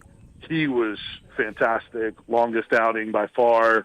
He was efficient with his pitches. He was willing to pitch to contact. Normally he's a strikeout guy. Prior to that start, Blake Tidwell had recorded 20 outs in his 5 appearances. 15 of them were via strikeout, including 12 straight batters in a row in multiple appearances. I mean, he was just crushing people, but he was able to stay in the ballgame longer because he was more willing to pitch to contact and not worry about those strikeouts as much and let his defense help them out. That got him through 4 2/3. They piggybacked him as planned, and as I had said last week, I thought would happen with Camden Sewell. Sewell took it to the house after that with 4 1/3, and they won 3-0. And then Sunday they had to come from behind and rally, and they did it with they were down 4-0 in the 7th. There were no hit into the 6th, so they got a run in the 7th. Then down 4-1, top of the 9th, put up 3. Everything happened with 2 outs. They started the inning, strikeout, and then they rallied to score 3 runs to tie it, send it in the extras. Christian Moore with a big blow, the talented freshman, with a 2-run single to tie it at 4, and then he delivered a 2-run homer in the 11th to put up the Vols up 6-4. And then the drama continued on the 2 outs, long fly ball to left center, Christian Scott in left in there for his defense, brings a home run back that would have made it a 1-run game, brought the tying run to the plate, and he leaped over the wall to bring it back, and that was your ball game. So, I mean, just talk about gut punches to your rival. Tennessee now has won 3 straight series in Gainesville, which they hadn't done before. It's incredible what this team continues to do. And the thing about that one, last thing, the thing about that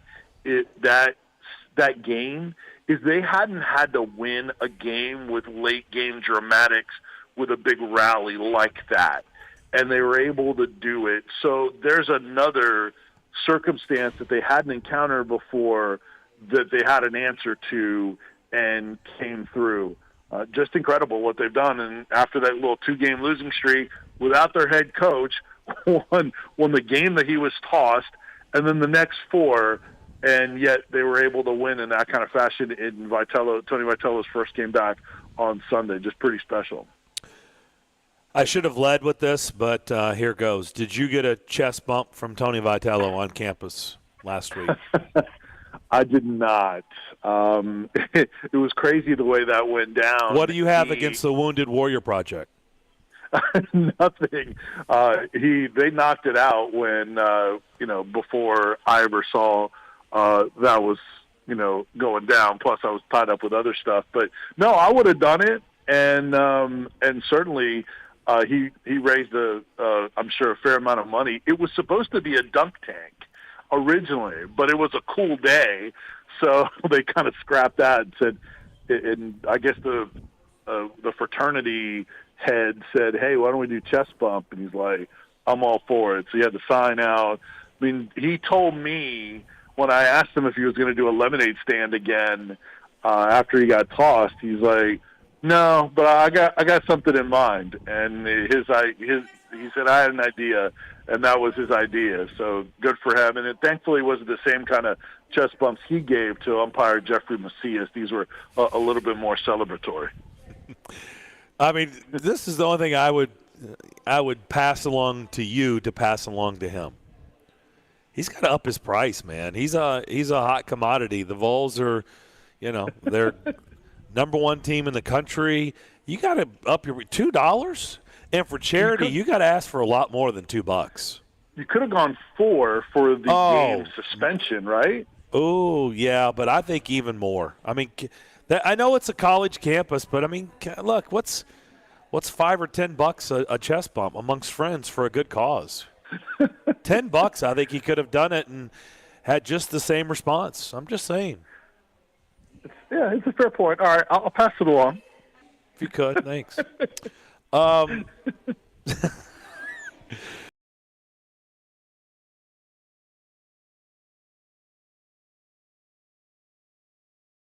in Gainesville. Overall, do you see this team as just the consistency that consistency is just going to follow them all the way, the rest of the way, and into Hoover, into the SEC tournament? Yeah, because I don't – now, are they going to lose? Sure. They're probably going to have another lull or 2, but it's never longer than 2 games. They've only had 3 2-game losing streaks under Tony Vitello dating back to 2019. That's it. So they get back up off the deck.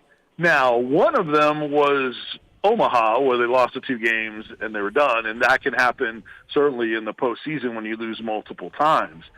The thing about this year's team is they have such depth in pitching that they've got answers to losing a ball game that nobody else does, honestly. Well, because now you get Blake Tidwell, also dominant, joining the rotation this past weekend. What do you do when you get Chase Dolander back? I mean, he was as good as anybody in the league and in the country. And So you got 4 outstanding starting pitchers. You get into a loser's bracket in the postseason, and you can throw those kind of arms where other teams are having to go to bullpen guys that hadn't started. Willie, you know that. It's just you have to rely on guys that hadn't been in that role, and then stars sometimes emerge. But this team has proven commodities, and they've got a lot of bullpen guys that can be extended as well. So because of that, I do think they will have a little bit of a lull and lose some games. They're not going to win out, but I think they have answers that maybe they didn't last year. Yeah, the layers of being able to win are very important in the postseason, especially if you have a slip-up. You can go through the loser's bracket and have enough pitching to do it. That is an important cushion to have. Vince Ferrara is with us. We're talking Tennessee Volunteers. So tell me this, Vince. With David Ubben's article last week, it really centered in on what the Vols are doing with NIL, but it's really the entire country is having to come to grips with this. They have for a long time, and it's sort of shed some light on exactly what everybody's been doing strategy-wise and how fast everybody's getting on board. I saw a really interesting article today in Sports Illustrated that Pat Forty did with Jack Schwarbeck, the Notre Dame athletic director, basically saying by about 10 years, when the current contracts run out, you're basically going to have a group of teams become essentially a club professional league. They'll license the name of the university, and they'll just say, we're not affiliated with them, but we're just playing sports. So what are your thoughts, just because the NIL is moving that fast with that amount of money? It is, and there's so much talk for a long time of super conferences and the separation of those top tier schools from everybody else, because the reason why you could see something like that and then them have that sort of separation is because the NCAA has been so far behind and they haven't had any answers. So the NCAA has zero teeth, as you guys know, and if they try to, rein this in at all, it's too little too late. So this is going to continue to spiral into harder to track and get a hold of unless the schools and the together bring some sort of togetherness and format for it. So it's hard. I mean, I think you're seeing a lot of coaches, veteran coaches especially, start to speak out on it. In basketball, you have coaches that I think are leaving the game, the Jay Wrights and Roy Williams, because of both NIL and the transfer portal, even if they don't specifically say so. Even Rick Barnes, when he talked at the Big Orange Caravan, he said, you're amazed at some of the things, certainly some of the numbers that are thrown around. It's really quite baffling at times. Some of it I don't think is legit. I think you have to get down to where you really know what is legit and what's not. I mean, that's someone that is in charge of bringing in players that is unsure of what's real and what's not, and you have to rely on other people that are tracking that to talk to these kids. So it's hard to handle and put your arm around, but yeah, I think you're going to continue to see a change in college athletics, and probably for many it'll be for the worse. Have you contemplated? I've started to think, but I didn't put it in these terms, where the SEC almost as the league, because they're going to be on the cutting edge with all the revenue that they generate, that they will have to come to the grips of, do we want to just basically become a semi-pro league and separate from the university? That's kind of the Schwarbeck thing. I don't know if it will come to that, but do you think that's possible? Just because of the money that they can produce alongside of the NIL. It's like the legalized boosterism, whatever you want to call it. I think it could go to that level. I haven't gone there yet, Willie. I mean, I guess just because it's hard enough to try to get your arm around what's going on right now. And look, Tennessee specifically, in addition to the SEC, Tennessee is one of the leaders in terms of what they are doing in NIL, and having a local collective, which is an organization that sort of works with, but technically indirectly with the universities. Now I guess there's a law to where they can have some direct contact. So it's that those kind of things where you're getting in the law where the states are now helping the universities and being able to do more and have more contact and have those collectives help them out. So yeah, it's so hard to keep track of it. Just haven't looked at it long term, but I'd have to dig into it a little bit more to give you an honest answer as to whether the SEC would do that. But if anyone is going to do something like that, to your point, it would be the SEC, because they do have the vision that not everybody does. All right, on the way out, just need a name. That's it. Who's the first former Vol to get drafted in Las Vegas? Matthew Butler. Matthew Butler will be the first off the board. Yep. From Tennessee. Okay.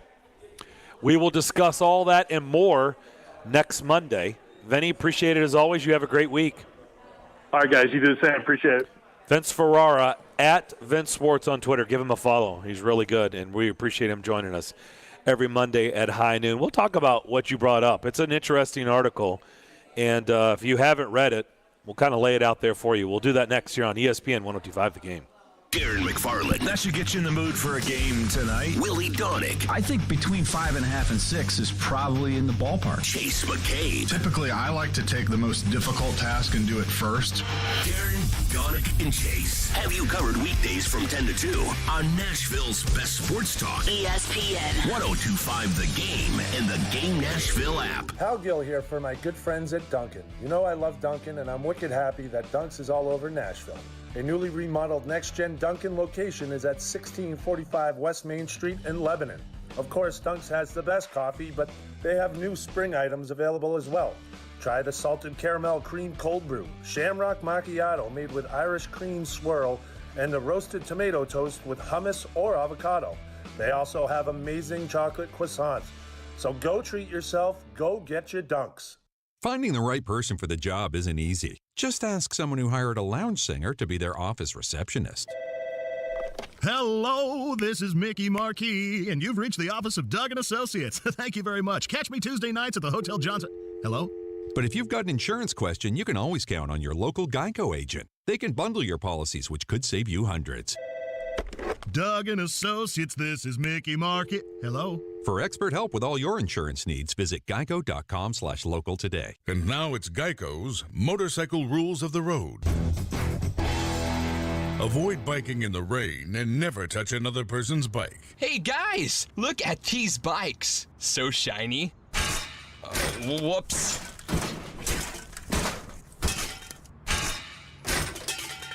I'm gonna leave a note. Oh gosh, there's more. And the rule to saving on motorcycle insurance is, in 15 minutes, Geico could save you 15% or more. Boy, the NBA playoffs are getting good, aren't they, folks? And you can make every game feel like Game 7 on FanDuel Sportsbook in partnership with Valley Forge, an official partner of the NBA. Throughout the playoffs, all customers can place a no-sweat same-game parlay each week. This means you get up to $20 in free bets if you don't win. FanDuel has so many ways to play. Best of all, when you win, you get paid faster than a fast break. It's easy to use. Tons of different possibilities. And, of course, with these playoffs, boy, Grizzlies, Timberwolves, is that getting good? I still think the Grizzlies are going to get it done. I also think John Morant, if you're talking about a parlay, is going to bounce back big from a scoring perspective from what he did in Game 4. If you're new to FanDuel, just download the FanDuel Sportsbook app, sign up with promo code Joe102, get your first bet risk-free up to $1,000. Again, that's promo code Joe102. And if you already have an account, you're all set to bet. No sweat. Either way, you get up to $20 in free bets if your same-game parlay during the playoffs doesn't win. FanDuel Sportsbook, an official partner of the NBA. You must be 21 or older and present in Tennessee. Refund issued with eligible free bets that expire 7 days after receipt. Max free bet, $20 per week. Restrictions apply. See full terms at sportsbet.fanduel.com. Gambling problem? Call the Tennessee Red Line, 800-889-9789. Golfers, swing into Edwin Watts Golf Shops for the new Ping I-525 irons and Glide 4.0 wedges. The Ping I-525 irons have a forged steel face, allowing for dynamic distance and a greater feel. The next generation Glide 4.0 specialty wedges are engineered for high spin performance with a lower launch. Get a free custom fitting today. Edwin Watts Golf Shops, home of the 90-day satisfaction guarantee, and shop us online at worldwidegolfshops.com. Meet your new one-stop shop for anything and everything Delta 8. D8 Superstore has Delta 8 vapes, gummies, dabs, flour, and more. Backed by their years of extensive product research and testing, they offer the best prices, selection, and quality on the market. Get free shipping on every order with customer support that responds in minutes. So don't wait. Try their Delta 8. Shop with us at d8superstore.com. Floyd Mayweather launched Mayweather Boxing and Fitness when he officially retired as a 50-0 champion. Introducing the first Mayweather Boxing and Fitness location in Nashville. Perfect for all fitness levels. Join a community that will help every person unleash their inner champ. Become a founding member today. Stop by the studio at 2041 Broadway, Suite C, or call 629-206-9092 to join the family exclusive. Pre-opening rates now available. Mayweather Boxing and Fitness, the gold standard in boxing fitness. Interact with Darren, Donick, and Chase. Call or text the show at 615-737-1025. Driven by WilsonCountyHyundai.com.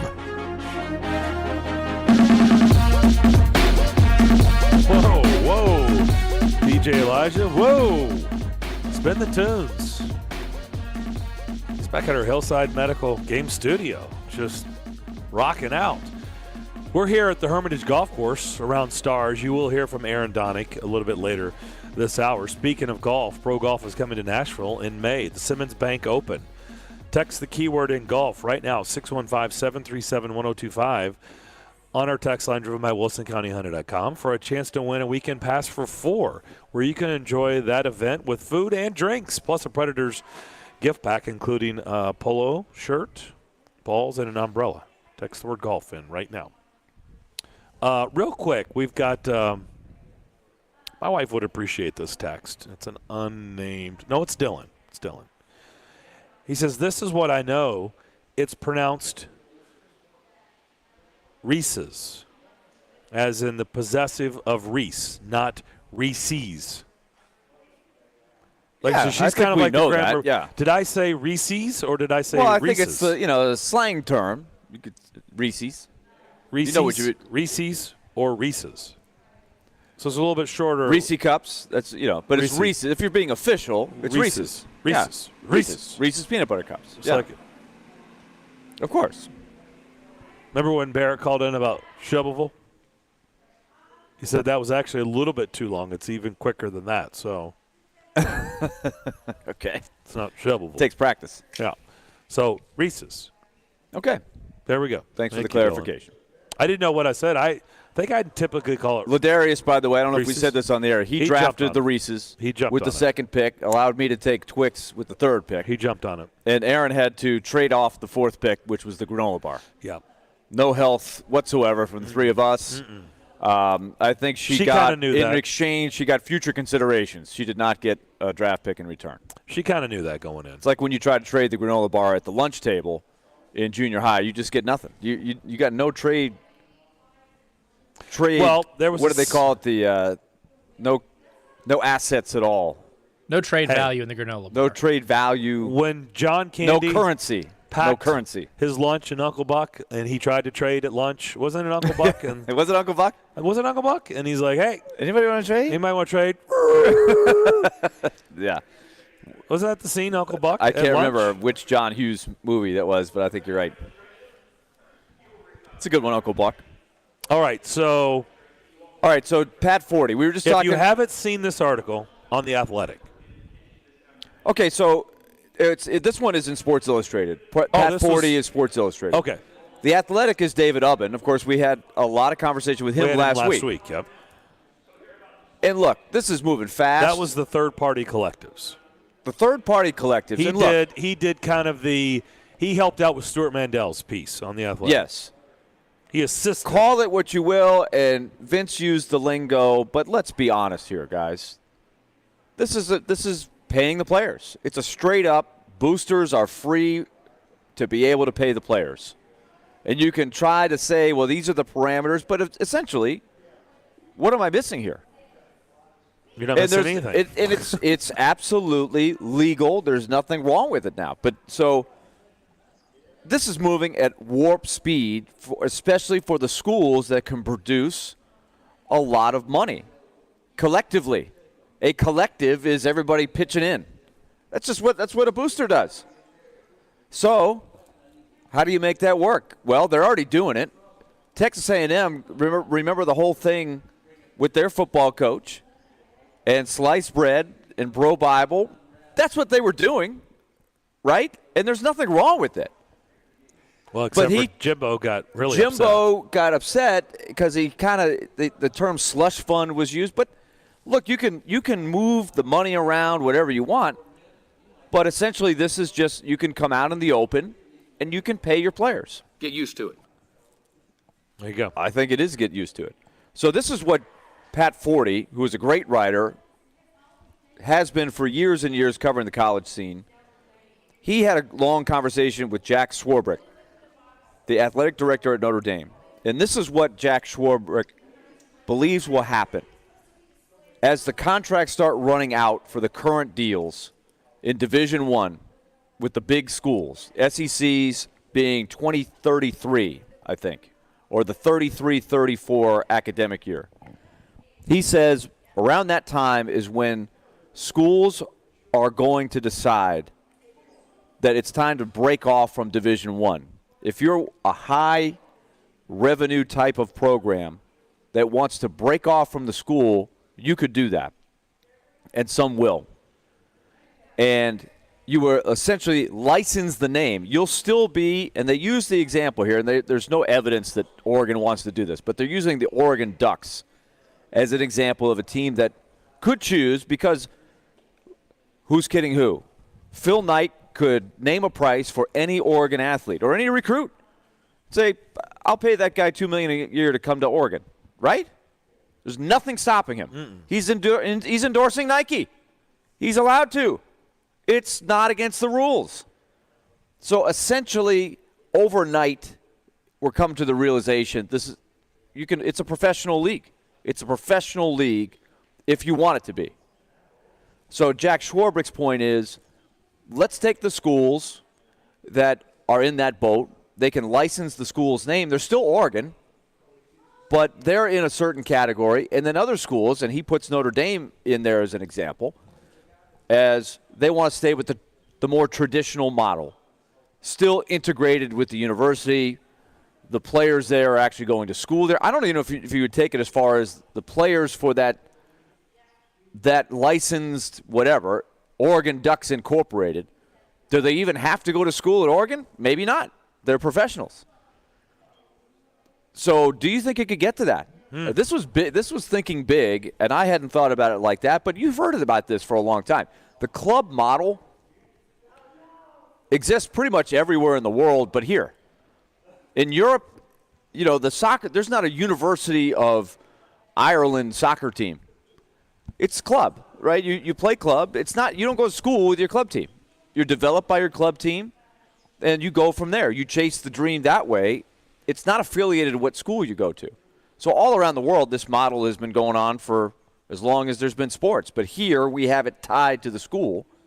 Now that the NIL has opened up and unlocked these doors about athletes getting paid, what is going to be the model? And I think there's a lot of teams, and we talked to Scott Corley about this, not directly about NIL, but what's the future of Division I basketball when you've got some schools that can literally pay every guy on the team $1 million if they wanted to. If they had the money to do it and they want to do it, they can do it. And there's nothing Belmont or Lipscomb or Austin Peay can do about it. And they got to compete with those teams for players. Will that change a lot? I don't know. Let's weigh in on what do we believe down the road. What will it look like? Let's talk about it on the other side. I have my thoughts. He says when the Swarbrick's theory is that when the schools in the two leagues especially, the Big Ten and the SEC, have to come up with new deals. That's when they're going to make this decision. Okay. We'll discuss on the other side here on ESPN 102.5 The Game. The college football season never stops. ESPN college football analyst Trevor Manich joins Stillman and Company every Tuesday at 4:30. They've got to do what Nick Saban in Alabama has done so successfully over the last 10 years. Presented by Houston Clinic on Nashville's best sports talk. ESPN 102.5 The Game and the Game Nashville app. Hey, how great would it be to wipe out all the credit card payments you might have been dealing with, or if it's not credit cards, maybe there's some other high-interest loans that bog you down. Imagine your monthly cash flow without those payments. You can do it today with Loan Pronto's Debt Consolidation Refi. Loan Pronto's got a great plan. They can help you use the equity in your home to your advantage. It's a smart financial move. So here's the deal. Your home's value is up, so use that to your advantage. You can refinance your mortgage now, take money out to pay off all your credit cards, eliminate PMI charges, pay off personal loans or other high-interest debt. A lot of examples of people calling Loan Pronto every day at 615-499-5780. You can cut your monthly payments by $900 a month. There's all kinds. The average is about $800 a month when Loan Pronto takes a look at all of the things you can do to get the debt consolidation refi fast and easy. So do it now. You could even skip your next house payment. Call Loan Pronto at 615-499-5780 or go to loanpronto.com. That's 615-499-5780 for Loan Pronto. Equal housing lender, NMLS 166-1781, subject to lender approval. Winning this award is truly like winning the Super Bowl of car dealer awards for Mercedes-Benz. Edwin Vickery, General Manager of Mercedes-Benz of Music City. Culture eats strategy for lunch. You have to hit on all cylinders to win this award. You can strategize all you want. You got to still have the right tools, and our tools are our people. Live the dream with three-time Mercedes-Benz Best of the Best award winner, Mercedes-Benz of Music City. Go to mbofmc.com.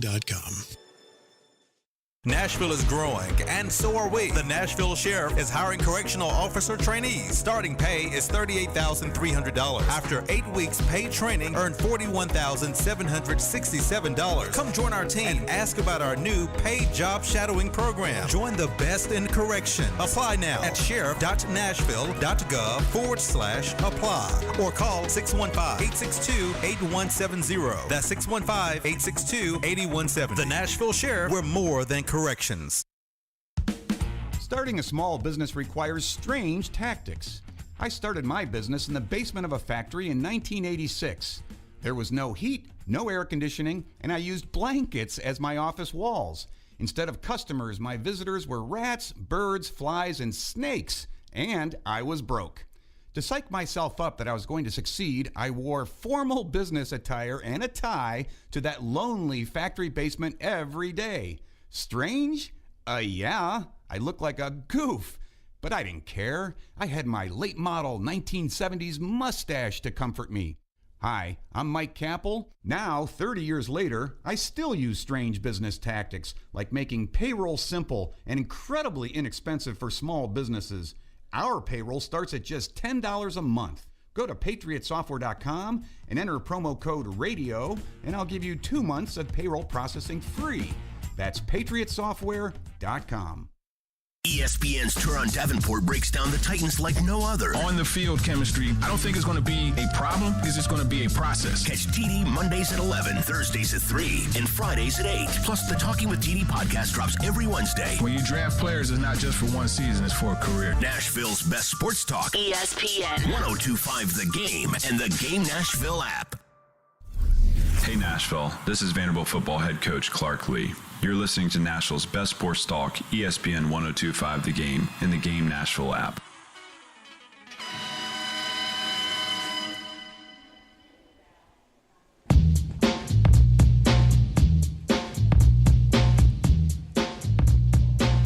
All right, set it up again, and then I want to weigh in. All right. What you said, Notre Dame's athletic director said recently. Jack Swarbrick. He says, and he does this in a way, he's like, none of this is not meant at all to be negative one way or the other, but basically What he's saying is he's part of the College Football Playoff Management Committee that's been talking about these things for a while, with NIL moving at warp speed right now and changing the game in terms of being able to pay the athletes, essentially. He said it could leave the 130-member FBS, this is Division I football, with two different approaches. Schools that still operate athletics within a traditional educational structure, which he says Notre Dame would be, and those who tie sports to the university in name only. There's always been, here's the quote, there's always been sort of a spectrum. And I want to stress that everything along the spectrum is valid. It's not a criticism. On one end of the spectrum, you license the school name and run an independent business that's engaged in sports. The other end of the spectrum, you're integrated into the university in terms of decision-making and requirements. I think both can produce great athletic competition, but it's really hard given the contractual obligations that already exist. And so what he says is basically the Big Ten and the SEC will leave the Power 5 conferences behind in the coming years. They generate so much revenue that the other schools, the other conferences cannot keep up, not even the other Power 5 leagues. The gap is only going to widen. It's going to place more stress on the current landscape. And so here's the quote from Schwarbrick. We're going to have these two conferences, the Big Ten and the SEC, that have so distanced themselves from anyone else financially. That's where I see it starting to break down. There are many schools trying to get out of their current conference, and they can't get there. And he would not share who that would be. But, of course, Texas and Oklahoma leaving to come to the SEC is a big part of the future there. I equate it, and this is not in the article, obviously. This is a Sports Illustrated article. But I see it a little bit as the challenge of what we saw 25 years ago with the split between public and private high schools here, where the public schools basically made the push and said, we cannot keep up. There's too many resources. We can't pay the coaches, can't keep up with the facilities, so we should play for separate championships, public schools versus private schools. And that's what happened. So that's what Schwarbrick sees, is that there will be a split-off of basically professional clubs that are affiliated with the schools in name only. You still represent Oregon, just to throw out the example or whatever, if that's what they chose to do with the Nike ties, and schools that stay with the traditional model. It's just one guy's opinion. It's a provocative, but this is an informed opinion, of course. So what do you think? I don't think so. No? No. I mean, I understand why he's saying that. I mean, I get it, but I just don't think it's going to happen. He's saying just those two conferences are going to break away. What? It's going to be 16. Is it? I mean, Big Ten. And other schools could join that group of teams, that group of schools that decide to go that way. Okay. Where it's basically a pro league. Is Vanderbilt going to stay in that? No, I don't think they will. Northwestern going to stay in that? No. Notre Dame has said they would not stay in that. Notre Dame's not staying in that?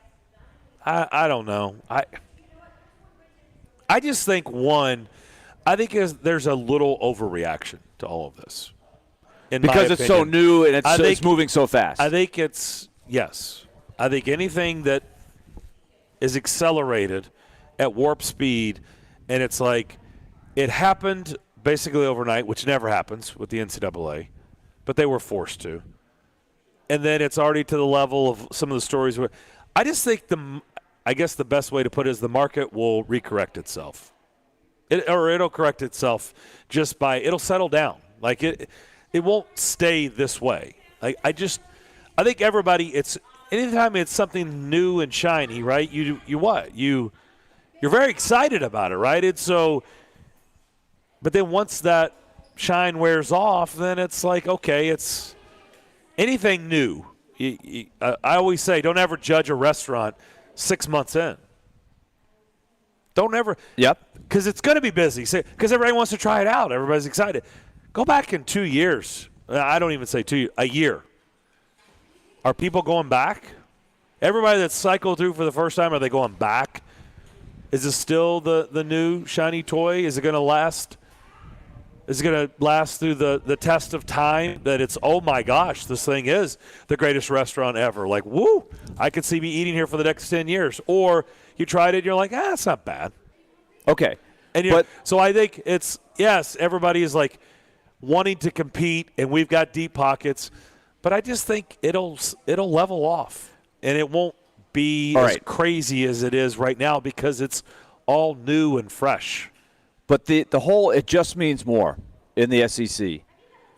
What Jack Schwarbrick is pointing out is we've gone right from, hey, if you got a business that wants to use your name and image and likeness and they want to pay you a few bucks, it has gone from that to what it really is in the snap of fingers, which is, it's now, he calls it talent acquisition. The collective is simply, let's pool our money and let's divvy it out to the players and guarantee them money to come to our school. That is what it's become quickly in a lot of teams' mind, and it's legal. Let me ask you so this. Why wouldn't you? If you're Phil Knight at Nike and you've got deep pockets, deeper than most, why wouldn't it just be, hey, you're endorsing my shoes, so I'll just write you a check? I'm just going to ask you this question without you knowing, and I'm not asking you to accuse anybody, but I'm just asking for your honest opinion. Do you think Oregon has ever skirted the rules with? Of course. Okay. Of course. And now it's legal. The point is, they've been doing. I'm asking you, what is different? Because now nothing is different. Well, it's just like legalizing gambling in Tennessee. I asked you the question as they were discussing whether to legalize it. Would more people gamble when it's readily available and it's legal? And the answer is yes. And so I think the same answer here. The stakes are higher. There's no barriers. But there's only before you had to have a little bit of sneakiness to you.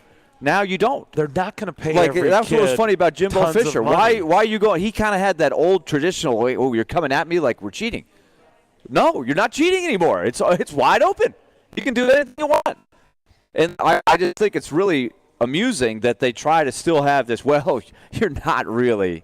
You can't directly just promise money. You have to have services rendered or whatever it is what? Come on. Who's kidding who? No. It's not going to happen.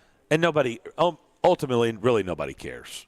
No. Especially once you've opened this. And how would you ever? This door. How would you ever? No, you can't police that. You can't. So it's going to go somewhere. The question is where. And again, the real issue is there's a lot of schools that will not be able to compete. So why should they play for the same championship? Because they haven't been able to compete this whole time.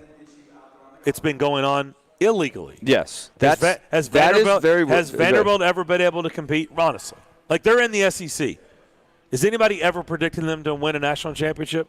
Not a national championship. Anybody ever predicted them to be in the playoffs? No. So there's different levels of compete, right? Competitive might be you hold your own. You enjoy going against those teams that have an advantage in those ways or whatever, and you get your share of victories. You have your share of success. In certain sports, you can win a national championship. It's Kentucky football. I mean, again, SEC. It's the same thing. They've been competing against schools that were willing to do way more to get their guy or guys behind the scenes, illegally, on their porch, in a locker, in the airport, whatever. However all these things happened. Okay, well, they were just willing to do more. So they were competing against that for decades and decades and decades. Like, it's always been going on. It's just now out in the open for everybody. Do you think the coaches kind of see? This is also where philosophically you have to get an honest answer from the coaches. Like Nick Saban has said for years, he'd love to have basically a league where you didn't have to go play Louisiana Lafayette or an FCS team once just to get the. He says, I think all Power 5 schools should play all games against Power 5 schools. He said that. He's been pushing that for a long time. So if you go there, then what about the school piece of it? If it's like you could literally only have a football factory. But he doesn't have the right to speak for everyone because not everybody is in their shoes. Like, I get it. Like, if you are, let's just say, let me dumb it down to our little 10U world, okay, that you've already been through all this. If you are a super team which, they're always out there in every age group. They're right? going for the, quote, national championship or the state championship of 10-year-olds. when you get paired up against inferior competition, you gain nothing from it. Like, literally nothing. Yep. It's a walk in the park. It's boring. You're getting nothing out of it.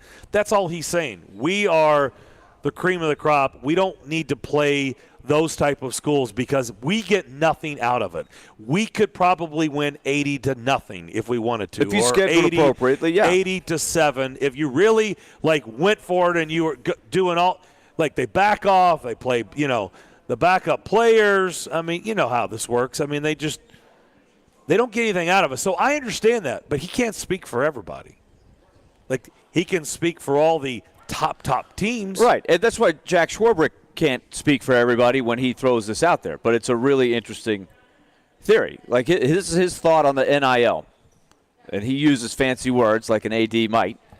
This morphed so quickly into talent acquisition fees is just stunning. Two things happen. The schools that have been doing this under the table that you've been talking about, they just now have a way that they can describe it and be covered.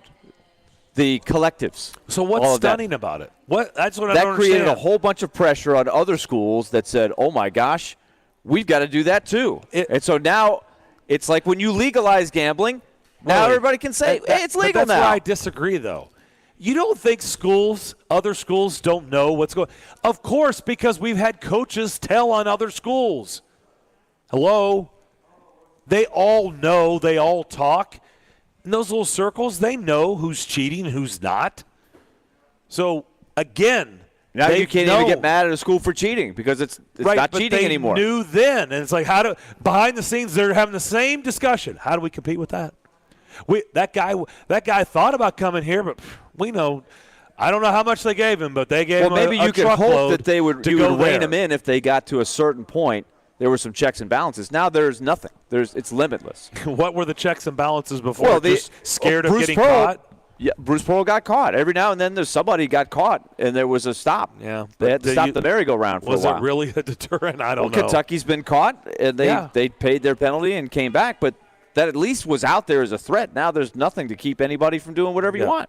Eric Hasseltine will join us, Grizzlies' longtime radio voice, at 1 o'clock. We'll come back and wrap up the third hour next. Here from Hermitage Golf Course, ESPN 102.5 The Game. Tuesday night. Roman Yossi delivers a howitzer from the left point. The Predators wrap up their homestand with the matchup against the Calgary Flames. Pre-game at 6, face-off at 7 on Smashville's best sports talk. ESPN 102.5 The Game and the Game Nashville app.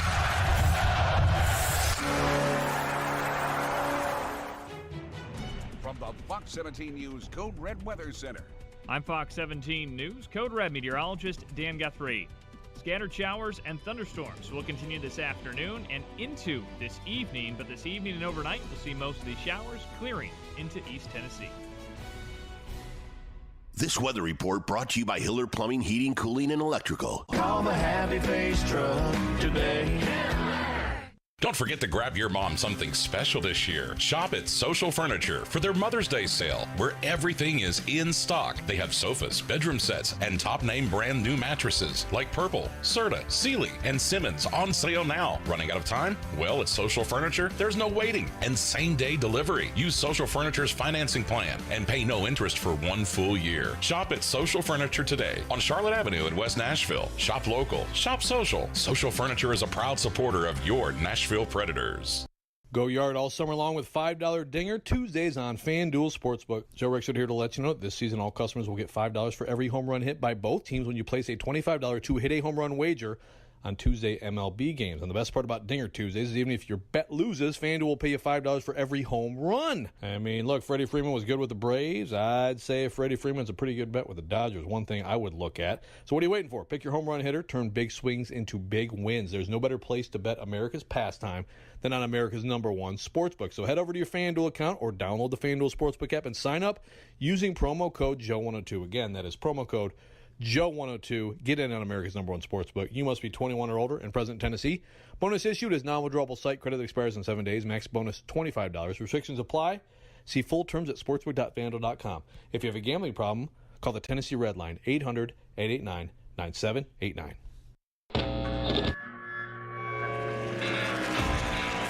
The city famous for its music is about to be overwhelmed by the Symphony of Speed.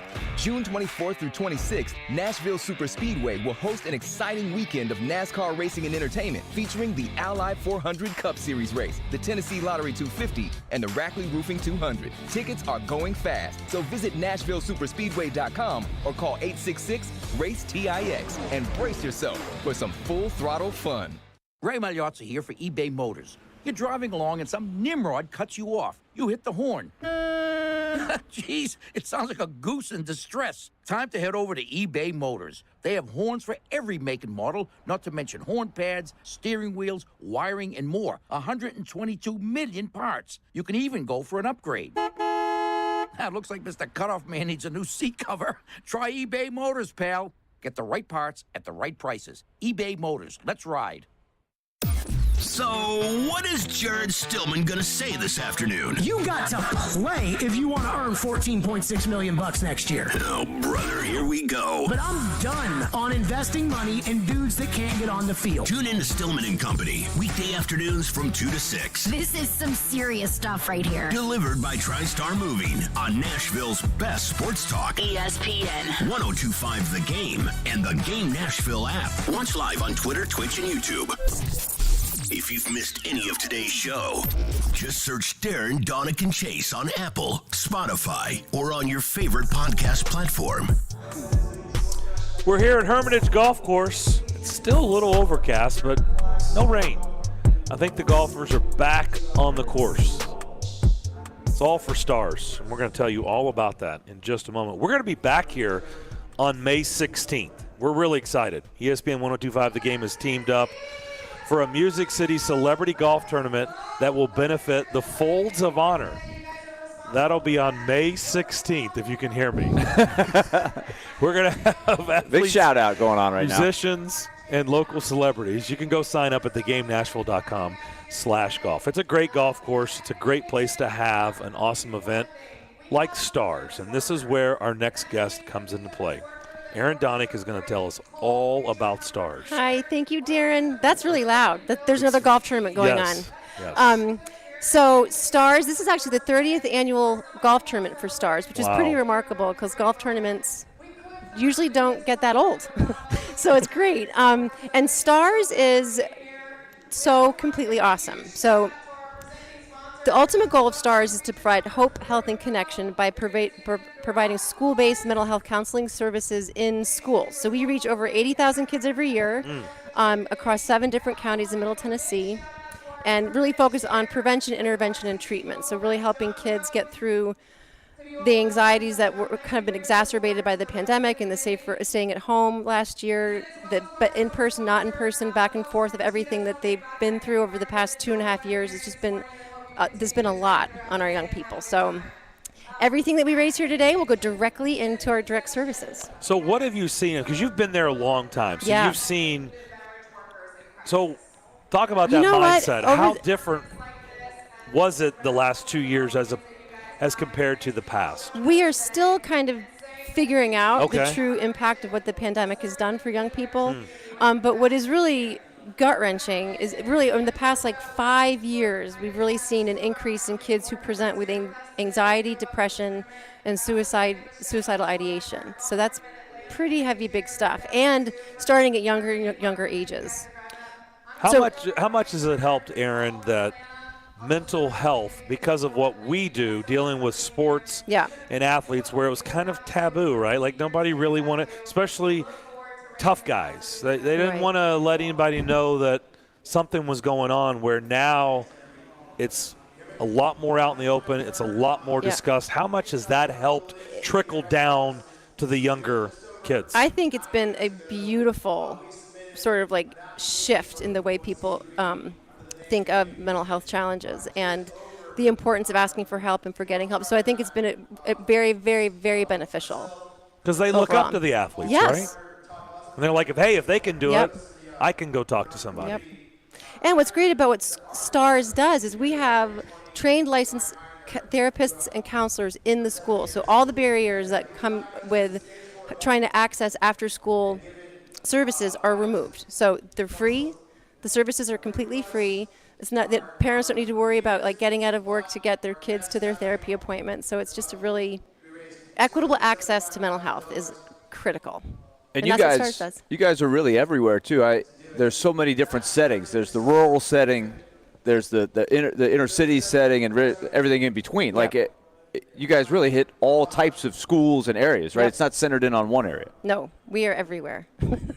Yeah. I mean, really, we're in 7 different counties in Middle Tennessee. And the challenges are different within those communities, right? I mean, I hear you guys tell great stories about somebody who's way out in a very small town that would never have access to resources like this, but also one that might be down in the high rent district, so to speak. Right. Yep. STARS is really, we have probably a 200-mile radius of service area from where we're sitting right now. Now, for a long time, this is another thing that resonated a lot with people, the kids on the block, which when the pandemic hit, they couldn't get out and into the schools like they did. But tell us where Kids on the Block, the puppet show that's designed for the younger kids as well. So that's really focused on prevention and education. And when another part of Kids on the Block is we started a literacy program, which the Nashville Predators Foundation beautifully supports every year. And so we were actually able to maintain our literacy 6-week program in virtual mode. And we had like a huge increase in kids that were able to participate. And it was a huge help to the teacher because it was really engaging for the kids. I mean, can you imagine being home with 2nd and 3rd graders? That would be so helping them with their school as you're trying to balance your own having to work from home, like focusing on the Zoom. Yeah. So Kids on the Block was hugely supportive of families and the schools with our literacy program. If people are listening to this and they'd like to help and they're not going to be at this, what can they do to help? Let's give us money. Okay. Yeah. How do they do that? You can go to starsnashville.org, and in the top right corner, there's our Donate Now button. All right. Thank you. And if there are people out there that maybe there's parents hearing this and they weren't aware that this might be in their kids' schools, like how do you find out what you have? You can email me, but the STARS counselors have got pretty significant presence in the schools that they serve. So if you are not sure if your school has a STARS counselor, I think just call your main office. Awesome. Yep. I've got one favor to ask. I'm As the ready. sun pops out. We actually have partly sunny skies right now. This is great. Aaron came on and the sun came out. Can you put out another – now Mahoney has to help, but can you put out another viral video of you at one of his games? Oh, God. Can you please do that? He's got to hit a home run or pitch a perfect game or do something. And I annoy myself. I annoy myself. I annoy my family. I annoy my son. Like, I sit by myself because I have no self-control, and it's really ugh. That home run was still the best video ever. How old was Mahoney? He was 11. Probably. Okay, 11. Oh, okay. Yeah. He was little. That was his first one was 11. First one was 11, yeah. All right. You deserve that reaction. The first one is way totally. Like you don't get to rehearse that. Like that was clearly unscripted. Oh my God. It was awesome though. Thank you, Darren. Awesome. Well, thanks for having us out. You are so great to be here, and you guys are gonna have an awesome tournament on May 16th. I mean, the sheep. Oh my God. You are fascinated They're with the so sheep adorable on the course. It's awesome. It is cool, and there's a lot of them. Or at least the last oh my time I gosh, was out here. there's so many of them. Yeah. Well, and I love the Hermitage Golf Course. Everybody who works here, I just love them. It is an awesome, awesome place. Aaron, thank you so much. Thank you. Keep up the good work. I appreciate you guys very much. Stars, help out. StarsNashville.org. There you go. We'll come back. Final hour. We head to Memphis. We'll talk a little bit about this Grizzlies team. She's pretending like she was nervous. She wasn't nervous. She did great. She works herself up. She gets worked up, but then she delivers. She delivers. Eric Hasseltine. We'll talk to him next. From Brentwood to Donaldson. That's when you need to get your groove. We are Nashville's best sports talk. ESPN. 102.5 The Game and the Game Nashville app. ElectronicExpress.com. We make it happen. Willie Donick here for Pella Windows and Doors of Nashville. Proud to announce that they have won the Top Gun Award for the best Pella sales organization in the U.S. They have the best culture, best customer satisfaction, and best growth in the business. To celebrate, Pella is offering their amazingly affordable products at 0% financing with no payments for 12 months. Do you need new doors or windows? I suggest you shop with Nashville's Pella experts at Pella Windows and Doors of Nashville. Go to PellaofNashville.com. Smokeville Smoke Shop has been serving Hendersonville and Metro Nashville since 2015 and is committed to providing high-quality, hands-on, and personable customer service. Stop into Smokeville Smoke Shops in Hendersonville, Gallatin, Hermitage, and Goodlettsville to try any of their wide selection of locally sourced products and selection of top nationwide brands, including vapes, hookah, hand-blown glass, detox systems, e-juices, kratom products, leaf wraps, and much more. Visit Smokeville Smoke Shops today. Nashville's best deal of the week is Penne Pazza in L&L Market in West Nashville. Penne Pazza is Nashville's best and most authentic Italian restaurant, serving farm-to-table pasta dishes, signature pizzas, salads, and more in their open kitchen concept. Head to thegamenashville.com/deals now to get half off a $30 gift card to Penne Pazza while supplies last. That's thegamenashville.com/deals. Penne Pazza, crazy good Italian cuisine. It's watching the top players take the ice. It's hard-fought games that end in victory. It's showing your favorite team to your favorite people. Secure your seats for the 2022-23 Nashville Predators season today to ensure you never miss a game at Bridgestone Arena. Plus, enjoy Nashville locker room discounts, exclusive presale offers, and more. Visit NashvillePredators.com/season tickets. Join the Loyal Legion today and paint the town Preds. That's NashvillePredators.com/season tickets. NashvillePredators.com/season tickets. When Smashville wants to rock.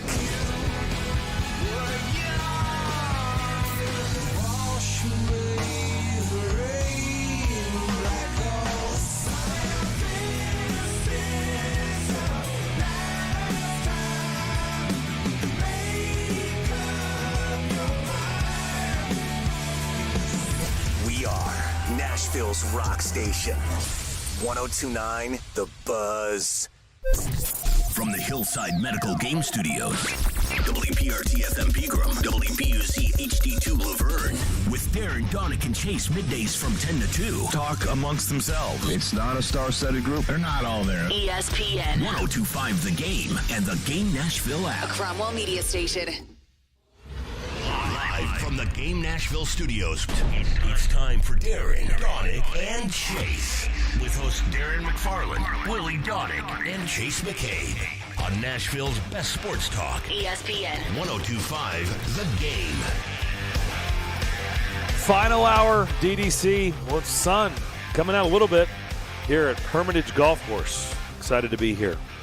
The folks at Stars. Good job by Aaron Donick, Darren McFarland, and Willie Donick here. Let's head west here in the state. Let's talk with Eric Hasseltine, longtime radio voice of the Grizzlies. Eric, I was so impressed. The 26-point deficit to Minnesota and the comeback to get the victory, and then the late game on Saturday night, and they were basically playing from behind the entire game. I fell asleep and woke up and just figured like they probably lost by 10 or 12. And to realize that they almost pulled it off again on Saturday night. What are your thoughts as this series sits here even at 2? Well, first of all, I thought we were better friends than that. You just called me old by saying long time. Yeah, he also said he fell asleep during one of your games. Man? Good grief. Well, I mean, that we had baseball all day. The Preds played after that, and I wanted to, but I fell asleep. I fell asleep. It's not excuses. I know. It's more. We don't have a lot of 3-hour basketball games in the NBA, but when the whistles keep coming, that's what you run into. It's just your typical 3-hour night in the NBA. Were you surprised by that start time, by the way, in Minnesota? Yeah, I was because I thought, well, why are we starting here? But they wanted the way they wanted to do the national games. That's just kind of how it worked out. You got to do it sometimes. It is what it is. Both teams had to deal with it. Take your cliche of whatever coach speak you want to say. But overall, I just thought they didn't come out with great energy in the first quarter. They fought through it. They were down 5. They had a 1-point lead in the second quarter, but they went into a lull, and Minnesota pounced. And pounced not just with free throws, but pounced with aggressive attacks at the rim, guys getting in foul trouble, and they took advantage of that. And so you look around and you're down all of a sudden 16 when you were up by 1 4 or 5 minutes before that. You can't have those stretches. But they fought through that. They charged back. They had a chance to tie it late in the ball game. Missed an open three that, you give me that shot for Tyus Jones, I'll take it. And if he misses, he misses. You had your opportunity. It didn't go. Minnesota had to play with that sense of desperation. I think the Grizzlies understood that. They did what they could to match that. But, that was a team with their backs against the wall, so kudos to them. Their game plan was very good. They were going to be physical. They were going to bump you off your line. They were going to make the referee stop them doing the things that they found to be successful. So I look at that comeback win, and, it's a tale of two games, basically. In the first half, the first quarter, the Grizzlies just didn't have it, and Minnesota did, and they scored 39 points. The defense wasn't good. The fouls were mounting up. And then the second quarter, the Grizzlies cut it to 7, and you think, okay, usually when you see teams make runs, about at some point the group that's making the run runs out of gas. Well, my thought at halftime was, well, this is great because now you can recharge the batteries in the locker room, figure out what worked in the second quarter that didn't work in the first, and kind of feed off of that. Well, it was the exact opposite. Minnesota came back in the third just like they did in the first, push it back above 20. But one thing that I think this team does really well all season long is manage the clock in the final minutes of quarters, and they did that. Steven Adams, throughout the year, and obviously he didn't play in Game 3, has been so good with the opening tip. The Grizzlies generally start with a basketball. They do in almost every game. Adams won more jump balls than anybody in the league. That means you get it to start the fourth. I can't tell you how many times I've watched the Grizzlies come down with 40 seconds, realize they can get a 2-for-1 possession situation, which really turns into 3 possessions for 1 because you get the ball to start the fourth as well. So all of a sudden, it's like that old Bill Belichick thing. Give me the ball second half. Let's put points on the board right at the end of the first half, and then open the second half with a score, and we can flip this scoreboard in a lot faster time than just a normal game flow. So they did that well, and then just got on a roll in that fourth quarter and played really well. And then, again, they're doing themselves a disservice falling behind the way they are, but they're resilient enough to be able to come back, which makes me feel good about their chances moving into tomorrow night, because I don't think they're going to come out and let Minnesota kind of, as the old saying goes, punch them in the mouth and see how they respond. I think they're going to be the one that comes out and tries to hit first and tries to impose their will, and that'll be a big key tomorrow night for sure. I was actually thankful for the later start. The Predators were in Tampa, so it was a 6 o'clock game, so I got to wrap up post-game and watch a healthy portion of the game. And the part that I want, Desmond Bane just blew me away. Like, this guy I just love his game. There was good stretches of the game I was watching. He was the best player on the court. I know John Morant's a superstar, and Towns is obviously a great player. There's a lot of great players on the floor, but was I supposed to know he was going to be this good? Or did this guy just literally come out of nowhere and just been like, have the wow factor this quick? I would have never seen this coming. Well, I don't think anybody could have, other than those of us that have seen him for 2 years and watched practices and watched his work ethic and watched the way he's just a gym rat and so down to earth, so humble. And, he's the guy, I think that's one of the reasons why he gets under guys' skins. He's not going to back down from anybody, and why would you when you're built like a middle linebacker? And if someone pushes you, you just go, look, dude, we can do this one of two ways. I can either bury you, by shooting a 3 in your face, or I can bury you by just burying you with, me knocking you out because I'm that strong. And he's not that kind of temper. But it's funny how many guys want to go at him, and I'm like, yo, dude, you're picking the fight with a guy that's literally like a 6'5" walking muscle. That's not a smart move. And he feeds off that. He feeds off the fact that he really does bring something that this team has lacked for years, and that is a guy, when he shoots a 3, you go, yeah, that's in. That's going in. And, he hits the 3 at the end of the game to cut it to 1, but even where he made that shot from, and it really didn't matter. The Grizzlies missed their opportunity. The game was over.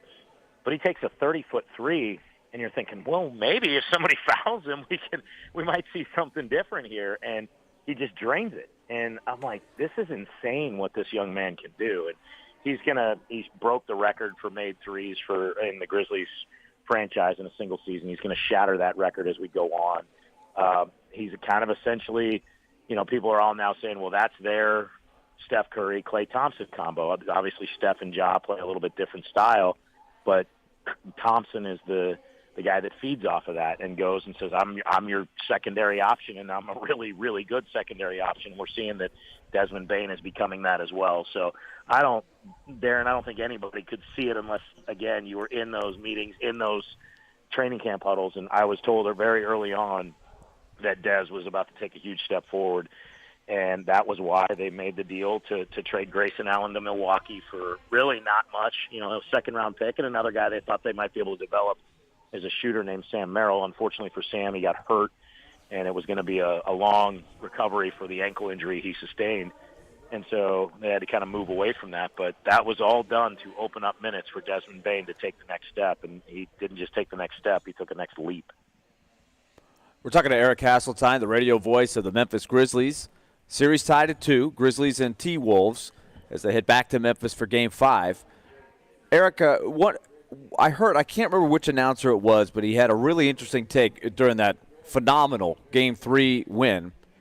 John Moran in that game took a beating, and he goes hard to the basket, and he is going to draw some contact. He can elevate so well. We know what he can do, but one of the announcers pointed this out. He said long-term, he's got to figure out how to limit the collisions and the falls to the floor because it will take its toll. And he used Allen Iverson as a predecessor. And so I'm curious, how much does that get talked about in your circles? A lot. I use Vince Carter as mine because, yes, Allen Iverson was aggressive like that, but Allen Iverson still didn't really finish as often above the rim as Ja does. And you go back and look at Vince Carter, if you remember his career path, he wins that dunk contest in San Francisco or in Golden State. They were playing in Oakland at the time. Blasts onto the scene. We still see the highlights of it. He leaves Toronto, goes to New Jersey at the time, and all of a sudden he won't go to the rim. And everybody's going, like, yo, dude, like your game is getting into the paint and finishing above the rim. And he said, yeah, that would be my game for about 3 or 4 more years, and then I'm done. Because it's going to take its toll. I'm taking a pounding, so I'm going to step to the perimeter. I'll attack when I can, but I'm not going as recklessly as I once did because now that I'm pushing 27, 28 years old, this, is starting to take a toll on me. And so it ended up prolonging his career. And I actually talked with Wolves television analyst Jim Peterson, who played a long time in the NBA and is just a great basketball mind. And we said the same thing. It's like, hey, this floor isn't made of rubber. It's not made of pillows. It's made of wood, and it's not forgiving. It hurts, and it really hurts when you're 12 feet in the air and landing on it. And, look, none of these NBA big men are going to let a little guy come in there without letting him know that they were there too. And that's part of the game. So he's got to figure out where he can get all the way there when it's time to jump through 2 and 3 guys. And he does a pretty good job. He's figured it out for the most part. I don't want to say, like, this is some giant learning curve for the young man because he's a very astute basketball player. But, the next step becomes let's work that teardrop floater in a little more from 8 feet, which he's very good at. And just sometimes I think he shies away from it. Sometimes I think that 23-year-old, 22-year-old mentality of I want to put this guy on a poster, puts him in that position. But I think, for him right now, he's understanding that. I think he's sore right now, and as he should be. He has played a tremendous amount of minutes in this series where he's taken a lot of shots. And so I think they'll have that conversation with him. He's as competitive a guy as we've had. In any sport, that the good players can be great. Like the really good players that can take that next step to greatness.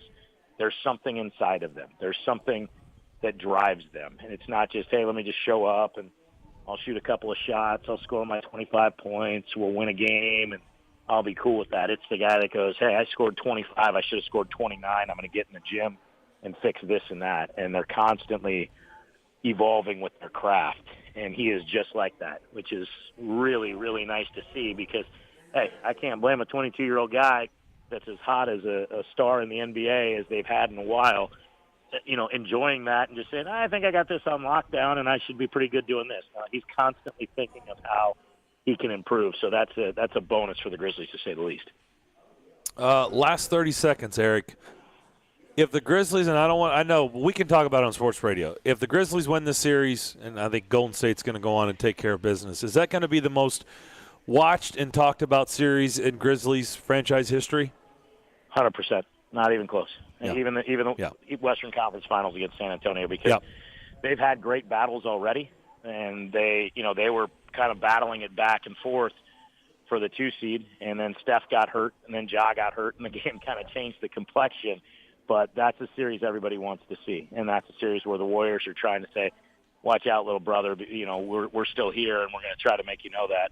And the Grizzlies are saying, hey, we ain't your little brother. We're the team that's coming for you, and if you think that you're just going to beat us on experience and all that, that's not going to be the case. We're a little more mature than you might want to think. And I know Steve Kerr's team will be prepared if that's the matchup, and I know the Grizzlies will be prepared. And I know one thing, it's going to be a hell of a run. But they got to get there first. So take care of business tomorrow night. Put yourself in a position for that, and that'll be a really fun series to watch for sure. No doubt about it. Enjoyed the visit, as always. Keep up the good work. We'll talk soon. Guys, appreciate the support, and hoping great things for the Preds moving forward as well. It's going to be a lot of fun in the spring and early summer here in the Mid-South. No doubt about it. Eric Hasseltine, radio voice of the Grizzlies, and indeed they will be back in Memphis at the FedEx Forum tomorrow night. That game will be shown on TNT. Of course, you can listen to Eric's call on radio, of course, as well. Timberwolves, Grizzlies tied at 2. Memphis trying to take a 3-2 lead tomorrow night. That game tips at 6:30 our time. We'll come back, continue the discussion on the other side. ESPN 102.5 The Game. Darren McFarland. And a mulligan that we all look for in golf. Lord knows our game could use it. Willie Donick. Outworked and outperformed a lot of other really good players. Chase McCabe. I want some sort of trade protection. Darren, Donick, and Chase have you covered weekdays from 10 to 2 on Nashville's best sports talk. ESPN 102.5 The Game and the Game Nashville app. Nothing makes one feel better than the ability to give to someone in need. You have the power to give the most important gift of all, the gift of life, with a donation of your blood. Supplies are desperately low in our area, and your help is needed. Blood Assurance is a nonprofit community blood center that supplies our Middle Tennessee area hospitals. Please find it in your heart to donate. Be someone's hero today. Go to bloodassurance.org to find a location or blood drive near you. That's bloodassurance.org. Give blood, give local, save lives with Blood Assurance. Realizing Geico has over 85 years of experience saving folks money and providing great customer service is like realizing there's a crumb tray on the bottom of your toaster, and you don't have to keep turning the toaster upside down to clean it. How long has that been there? Hey, who needs some croutons? It's something that's been right there in front of you all along, like the dedicated Geico claims team available to you in the event of an accident to get you back on the road quickly, or realizing that baby carrots are just regular carrots that have been shaved down. I don't care. They're still cute. It's something you can't believe you never realized before. Like how Geico's 97% customer satisfaction rating means Geico is committed to providing the best service for their customers. Or how you can peel the top layer of tape off a lint roller and there's a fresh layer underneath. Marcy, wait till you hear about the lint roller. You mean how the handle is reusable? Wait, what? Trust. It's just one of the many reasons to switch to Geico. They're all right there in front of you. Trying to find a new home right now is next to impossible. Very little inventory, prices are crazy high, rates are moving up. Here's a better idea. Let my friends at Loan Pronto refinance your current home, turn all that equity you have into cash, and totally transform your house. A new kitchen, new bathroom, a pool. Think about it. Your home value is up. Instead of wasting all that on an overpriced new house, convert that equity into cash for a home makeover. One local couple did it and got $200,000 out. They added new hardwoods, an outdoor living space, a swimming pool with spa and all new cabinets and appliances, plus a home office. Now they have their dream home, and they never had to move. Call Loan Pronto. Ask about their home improvement refi. Give your home a total makeover and do it now. You can even skip your next house payment in the process. Call now, 615-499-5780. That's 615-499-5780 or loanpronto.com. 615-499-5780. Equal housing lender. NMLS 166-1781. Subject to lender approval. Houston Clinic Orthopedics wants to thank their patients for voting them the #1 orthopedic practice in the Nashville Scene Poll for 3 years in a row. Their physicians specialize in spine, joint replacement, knee, hip, upper extremity, and other orthopedic conditions. At Houston Clinic Orthopedics, they adhere to all CDC guidelines for the patient's and staff safety. To experience world-class orthopedic care and see a list of all physicians, visit their website at tn.houston.com and book your appointment online today. Hey, this is Phil Forsberg. And this is Smashville. Forsberg a shot, broken up in front, given back to Forsberg, and here come the Habs. You're listening to the flagship of the Nashville Predators radio network, ESPN 1025 The Game. Interact with Darren, Donick, and Chase. Call or text the show at 615-737-1025. Driven by WilsonCountyHyundai.com. You know the NFL draft is Thursday night, first round. Thursday and Friday. Don't forget all of our coverage right here on these airwaves. It's presented by Social Furniture, Apple Collision Centers, Farm Bureau Health Plans, and the Nashville Sheriff's Office. Keep that in mind. Thursday night, the broadcast will be at 3rd and Home, Germantown's bar with a ballpark, right next to First Horizon. Friday, be a 312 Pizza Company in Germantown. So a Germantown theme for our draft coverage Thursday and Friday. Don't forget, you can also watch it on the game's Twitch, Facebook page, YouTube, and Twitter. Tell you what, I will agree. The caller in This Is What I Know, I do think it's back to being really interesting. Like I have paid attention. Maybe, the Grizzlies has helped the interest level.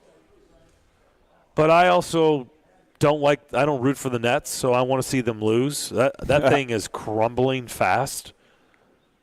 Looks like, or at least from what I can tell, let's go to our NBA desk. Elijah Campbell is standing by at the Hillside Medical Game Studio.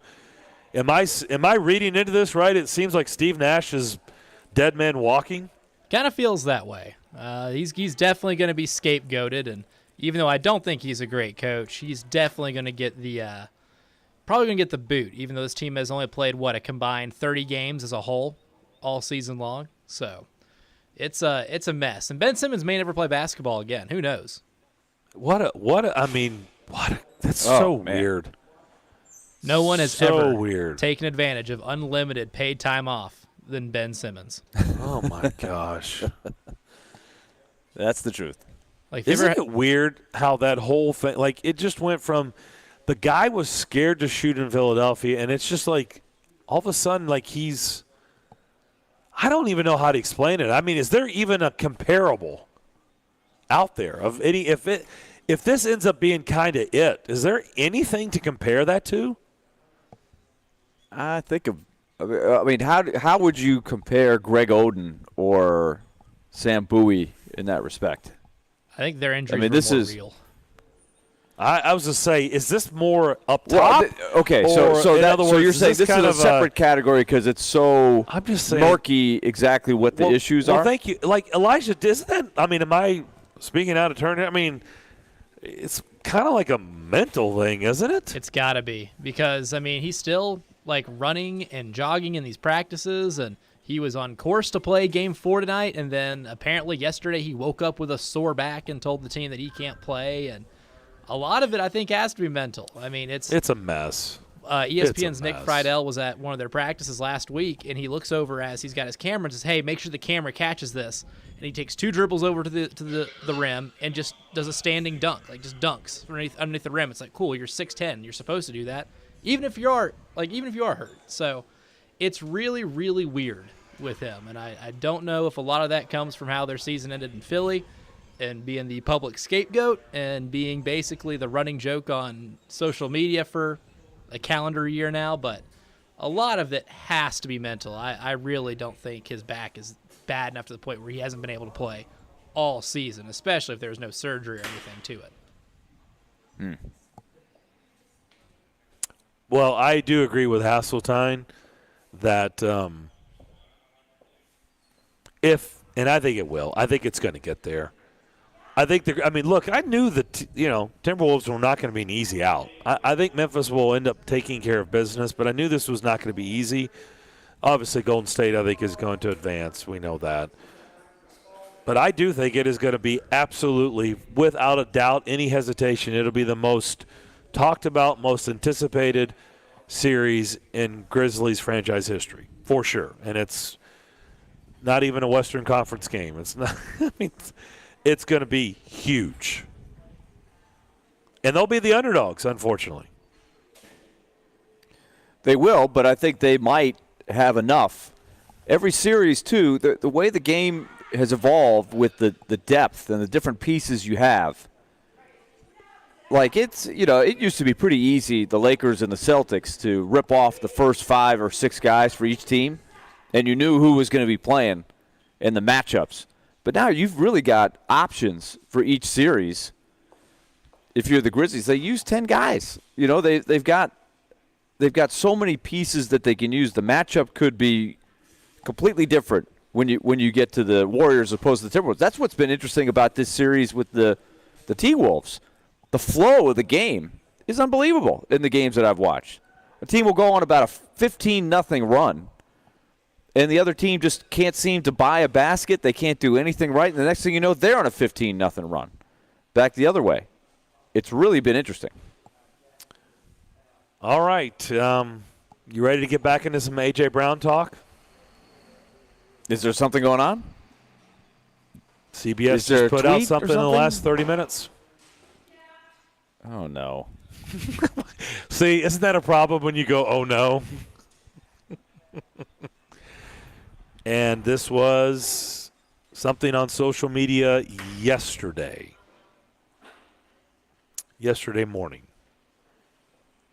Okay, are you going to tell me? I have no idea. A.J. Brown has been working out with Jalen Hurts. And this is news? With Jalen Hurts. Okay, and that's news? Well, let's see. Would you rather him be working out with Ryan Tannehill or Jalen Hurts, Willie?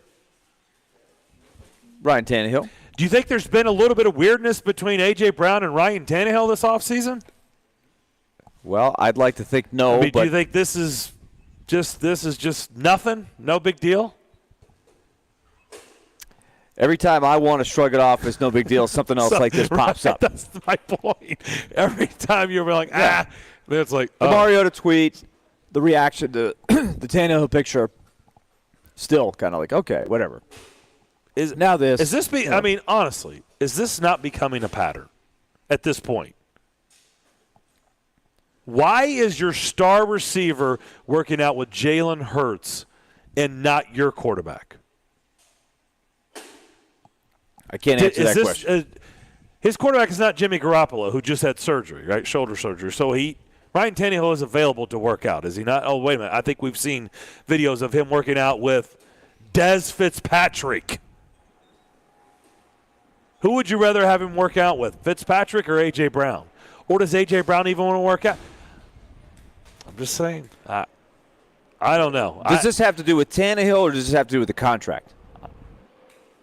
But what does that have to do with who he's working out with? Well, like you said, he's said he's not coming to anything until he gets a new deal. So with that must include working out with the quarterback. So he's got to work out with somebody, is what my thought. Why would you say, until we get this resolved, I'm working out with different quarterbacks? I think it goes without saying. That seems to be what logically he's doing. He doesn't want to. Now, if this is just an informal workout to stay in shape, could he work out with Ryan Tannehill? Yes, but I think he's trying to use the leverage he has. That this is what he can do is that's not be around the team. All right, until he gets a new deal. We got to talk about this on the other side because I am in the camp with you. Like every layer. For better or worse, we've talked about it. We don't think at the end of the day it makes any difference in the negotiation, but it seems like he's trying to create as much buzz the situation. To try to force conversation, leverage, to try to get a deal done. That's what we need to discuss on the other side. What does this mean? This is Jeff Kerr on CBS Sports. Actually, this was 35 minutes ago.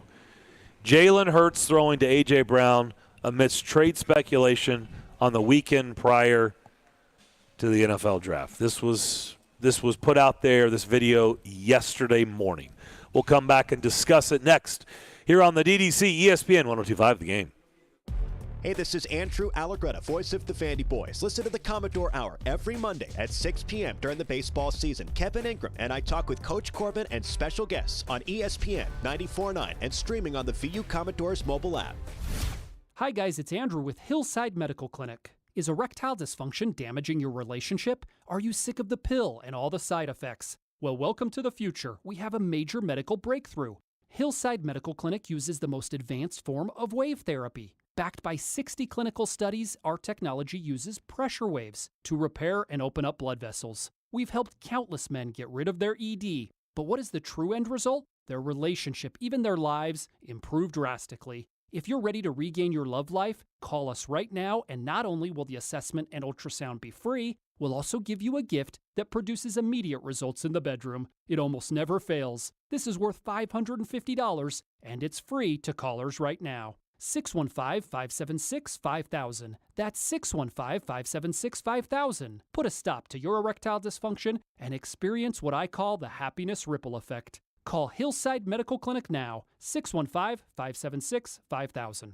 It's watching the top players take the ice. It's hard-fought games that end in victory. It's showing your favorite team to your favorite people. Secure your seats for the 2022-23 Nashville Predators season today to ensure you never miss a game at Bridgestone Arena. Plus, enjoy Nashville locker room discounts, exclusive presale offers, and more. Visit NashvillePredators.com/season tickets. Join the Loyal Legion today and paint the town Preds. That's NashvillePredators.com/season tickets. NashvillePredators.com/season tickets.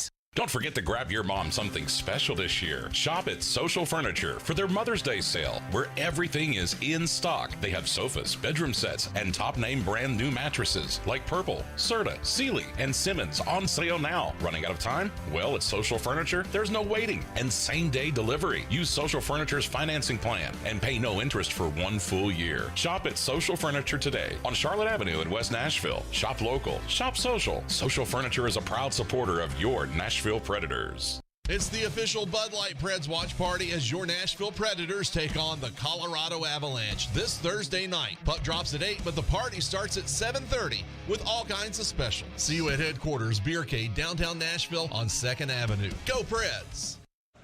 As a mom, you have to plan for everything. But I never planned on my health plan at work costing so much to cover my family. Fortunately, with more than 70 years of experience helping Tennesseans, Farm Bureau health plans help me get family-friendly coverage for a lot less. So I can focus on raising my kids, not my premiums. Ouch, Mom!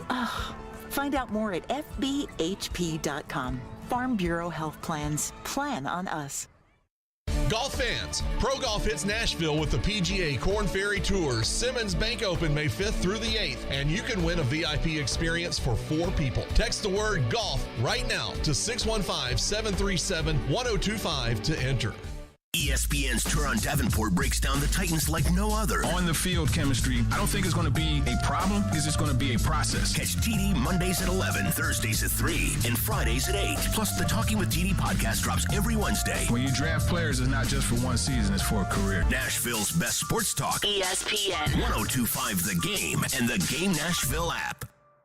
Hey, this is Pekka Rinne. You're listening to Nashville's best sports talk, ESPN 102.5 The Game. Dun, dun, dun, dun, dun, dun. Seltzerland is turning Nashville into a hard seltzer paradise. This Saturday, April 30th, Riverside Golf Links. It's going to be a whole lot of fun. Tons of seltzer swag. Plus mouth-watering munchies. And 100 unique hard seltzers. So this is going to be a really cool event. Seltzerland has rounded up the best hard seltzer brands in the land for one big day dedicated to it. So if you want to go to that, go to theGameNashville.com/contest to enter for a chance to win tickets to Seltzerland. So keep that in mind. So CBS Sports has just put out an article. This is by Jeff Kerr. No relation to Steve, I'm pretty sure. Don't know that for sure, 100%, but I feel pretty good about that. Jalen Hurts throwing to A.J. Brown yesterday morning. Those two working out. So on our text line, driven by WilsonCountyHonda.com, he's been close friends with Jalen Hurts since SEC play. There's no need to make this about Tannehill. Well, I mean, that's fine. Now, these guys in the league today they have a lot of friends around the league. Is this pretty common considering all the stuff that's been out there this offseason? Look, Willie, I'm more in your camp, and I'm more in the camp of probably a lot of listeners. Actually, I don't know what the divide is with the listeners/fans of the Titans. But every time you slough this off, every time you're like, nothing to see here, guess what? There's a new chapter. There's something to see here. There's a new chapter. So how long can we keep playing this game that there's nothing to see here? I think it's starting to mount. And I wonder with there's nothing to see here. Oh, wait a minute. There's something to see here. What John Robinson is thinking. Because it's very clear A.J. Brown is not happy. He hasn't gone as far as Deebo Samuel, to our knowledge. At least that hasn't come out. Fine, then just trade me. That's not out there, but he wants a new deal. The whole thing that started on this show when we talked about his tweet to Marcus Mariota when he signed to the Atlanta Falcons, best leader he's ever been around. We talked about it. Certainly D. Mace, who's out here on the course here at Hermitage Golf Course, gave his thoughts. A.J. Brown was listening. A.J. Brown weighed in via Twitter to Derek, a back and forth. It was well done. I think he was very respectful. Then you have the Ryan Tannehill picture on his boat, which there was a pretty good line on our text line. What was it? Keith said he didn't feel like the boat was long enough to run his routes, so maybe that's why he's working out with Jalen Hurts. That's a pretty good line. I like that. I mean, it's probably a nice, comfortable boat, but Probably maybe so. not long enough to run all the routes. Maybe not enough for them to work out on. Maybe the quick screen. So I thought that was a good line on our text line. You had A.J. Brown say, probably not good timing, LOL. He deleted it. This is, of course, Ryan Tannehill on a boat at sea with a Celsius ad, right? Perfectly placed. It was an advertisement. There's no doubt. That's fine. But we also know that Ryan Tannehill wasn't here last week when a lot of his teammates were, when Kevin Byard was there. And, yes, Jeffrey Simmons wasn't there. But guess what? As we've talked about, we don't need to rehash all that. He didn't end his season like Jeffrey Simmons. And last time I checked, the defense had 9 sacks, did they not? So it's a different situation. Yeah, okay. But this is, again, trying to separate the noise from what's happening here. You've got a guy that wants a new deal. He's basically said, he did the stuff. Didn't he say he was going to disassociate on social media his connection with the Titans? Something to that effect. Is that still happening? You're the one that told me this. I'm sorry. I'm sifting through the texts that are rolling in. He's disassociated himself, at least on social media, from connections to the Titans. Yes. So you have that. He scrubbed himself of the Titans. And you have this. He's working out with Jalen Hurts. I'm just trying to get a sense of he's trying to make some noise, thinking that this will push along contract talks, which we know they're not going to address it until after the draft anyway. You got to focus on the draft if you're John Robinson. So I just don't see what could possibly be happening along those lines. Now, throwing with Hurts. Do we know for a fact he hasn't thrown with Ryan Tannehill? We know it's not public. I mean, do we know? No. That's what I'm saying. We can't. I don't. Just because there's no pictures of it may not mean necessarily he hasn't thrown with Ryan Tannehill. So I just don't know what I just feel like the motivation is simply let me continue to grab everybody's attention and keep it top of mind. I want a new deal. That's my interpretation. I could be completely off base. Okay, but the Jalen Hurts, like, couldn't you still be doing stuff with your quarterback? I guess and you still could. saying I want a new deal. You could, but and still sending you've a message said to that the you're not Titans? showing up to the OTAs or anything until you have a new deal. So you can't throw with Ryan Tannehill, can you? Why not? Unless you're sending even a You're stronger sending a message. I'll throw with you when I have a deal, or I'll be there when we have a deal. I guess the problem that I've got, look, AJ is entitled to do this however he wants. Maybe he didn't want to go to Miami again, or maybe he's already been to Miami before, and now he wants to. The problem do that I something else. have is, why don't you just come out and say what you want? Just come out and say it. Like, he wants a new deal. There's too much. We're talking about too much cryptic stuff. Like, he's cryptic on Twitter. There's always these little hints of this and hints of that, but it's never clear. Nothing's 100%. Why not just come out and just say what you really want to say?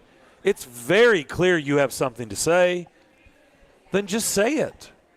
Like, what's the deal with all the cryptic tweets and this and that and now working out? You know what's getting out there. It's not like he didn't know that was going to get put out there.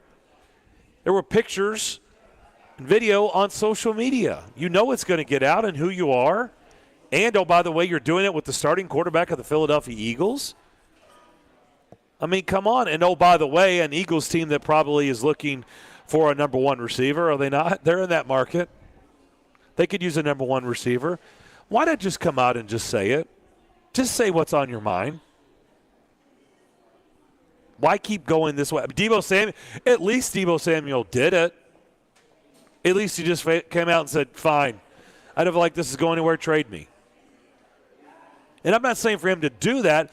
I'm saying, why doesn't he just come out and say what's really on him? What do you think it is? I don't know. What's a new deal? How could you? What is wrong with wanting a new deal? He wants a new deal. He's trying to push the envelope. He doesn't seem to like what they've offered him so far. Has there ever been a player do you that think there's still anything more to it than that? shows up to stuff and still is a member of a franchise, but yet still wants a deal and is unhappy? Has that ever happened? Yeah, the answer is yes. Yeah, but there's tons of people that have done exactly what AJ's doing. I understand, but there are tons of people that have still come in and still done things. Yeah, but said, "Hey, I'm unhappy. I want a new deal." He's under contract, so yeah. Yes. I'm trying to think. Did Taylor Lewan not do this when his deal was up?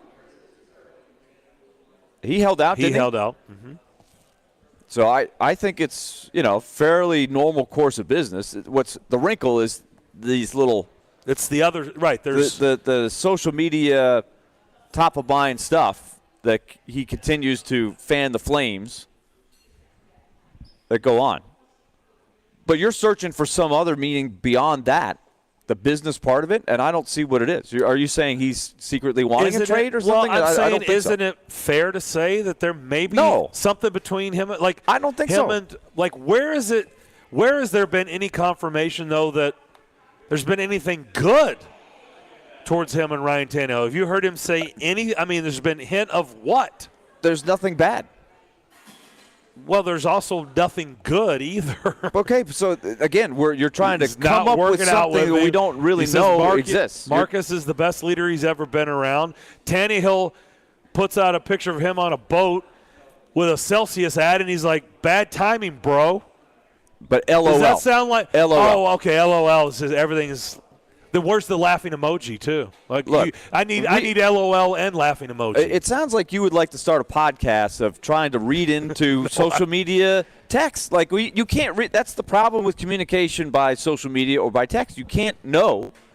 You're just. It's all up to interpretation. The tone of these what are pretty you do short when you and sweet, tweet. aren't I know, they? but that's the thing. The shorter, the more different ways you can go with it, and you can drive yourself batty if you want to. But I'm just trying to look at what we know. He wants a new deal. He's getting probably a little bit impatient. He'd like to have it done. And it's not done, and probably is not going to get done for a while without him having to play these cards of not showing up. And I think there's also a sense that these 4 wide receivers in his category would like to change the marketplace. the player empowerment thing. It just seems like he's swept up in that. Yeah. But I don't think it's anything personal against Ryan Tannehill or anything like that. I'm not seeing that. I don't know. And again, we don't know that he hasn't thrown with Tannehill or caught passes thrown by Tannehill in this offseason. There's a lot of people saying that A.J. Brown, this is on our text line, that he posted that Jalen Hurts was at his daughter's birthday party on the same day of the Instagram story. So could have been in town for that. So, okay. Oh, I guess that was Michelle. Or should I say morning show, Michelle? Thank you, Michelle. There's others saying the same things.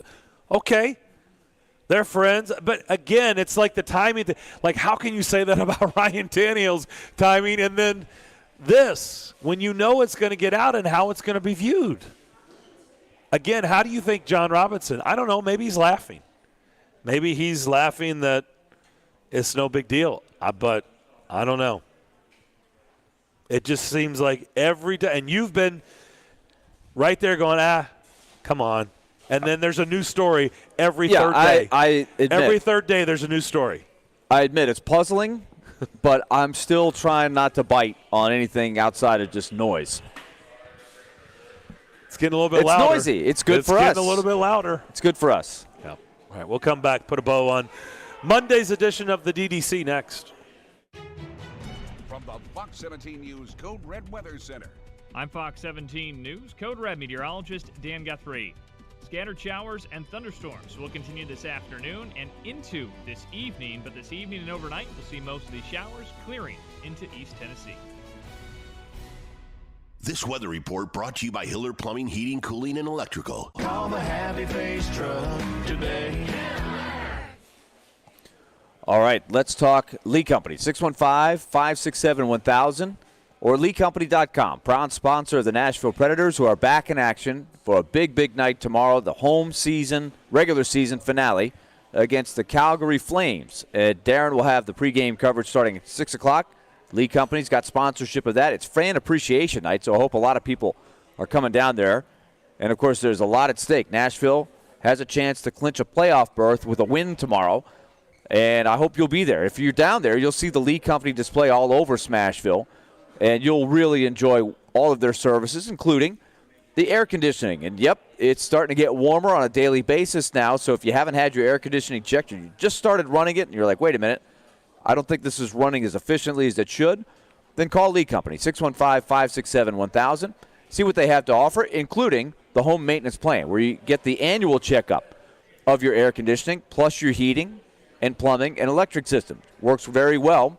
And when you pay the small monthly fee to be part of the home maintenance plan, you get discounts on the repairs. You're going to save money in the long term. Trust me, we've done that in our household now with Lee Company for 7 or 8 years now. The years are starting to run together for me. I'm getting old, but it's been a long relationship with Lee Company, which we've enjoyed. 615-567-1000 or LeeCompany.com. When it's more than just your lawn, it deserves the Kubota Z400. Get a head-turning offer on class-leading speed, agility, simple deck height adjustments, and a quality cut. When you need comfort and performance, then you need the professional-grade Kubota Z400. Right now, get the Kubota Z400 mower for 0 down, 0% APR for 36 months, or save $300. Now through June 30th. See us or go to KubotaUSA.com for full disclaimer. Come see why Coleman Tractor Company is one of the largest Kubota dealers in Middle Tennessee, with 4 locations to serve you in Paris, Clarksville, Nashville, and their new location in White House. Hey, it's Mark Howard here. You've heard me talk about my friends at Apple Collision Centers for a while now, and today I'm here with CEO Stan Harrison to tell you about how they can help ease your stress with your auto body repair. That's right, Mark. We have 3 convenient locations: Old Hickory, Hendersonville, and Gallatin, ready to serve you. Our people are homegrown right here in Middle Tennessee with over 75 years experience. We can help with all your auto body repair needs. So stop by and see Stan and his team today and tell them Mark sent you, or visit them online at applecollisioncenters.com. With PatriotSoftware.com, accounting and payroll, keep your time and money. Mike Capel here, serial entrepreneur. While starting my first of 5 successful businesses, I foolishly did my own accounting. I stuck the more difficult tax forms in a drawer for later, which caused the tax man to cometh. That little mistake took an entire team of accountants weeks to prevent the taxman from clubbing me. Moral of the story? Use Patriot's accounting software because it's easy, and tell your accountant to use the same accounting software you use. Then, if the tax man cometh, you'll be the one holding the club. Go to patriotsoftware.com. Use promo code RADIO and get 2 months of accounting software free. That's patriotsoftware.com. patriotsoftware.com. Accounting and payroll. Keep your time and money.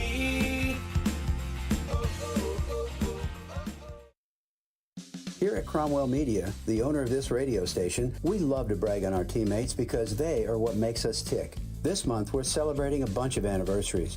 Here's to Jared Stillman and Ian Safar on 102.5 The Game, and Promotions Director Cliff McCardle for 7 years of service. Janet Gers in our corporate office is toasting to 5 years, and Judy Riddle in Promotions passes the 1-year mark. We salute you all and thank you for your commitment to making Cromwell Media such a great place to work. Inside knowledge on the Titans. Todd Downey's got his notepad out right now, just writing things out. Ooh. Inside knowledge on the Predators. They can go right into the forecheck, and boom, you get a beautiful goal from Colton Sissons. And then there's a team in Knoxville. How excited should Tennessee fans be by what they've seen from Josh Heupel in year one? Wake up and hang out with Robby and Rexrode. Weekday mornings from 6 to 10. Brought to you by Little Guys Movers on Nashville's best sports talk. ESPN. 102.5 The Game and The Game Nashville app. Watch live on Twitter, Twitch, and YouTube. If you've missed any of today's show, just search Darren, Donick, and Chase on Apple, Spotify, or on your favorite podcast platform.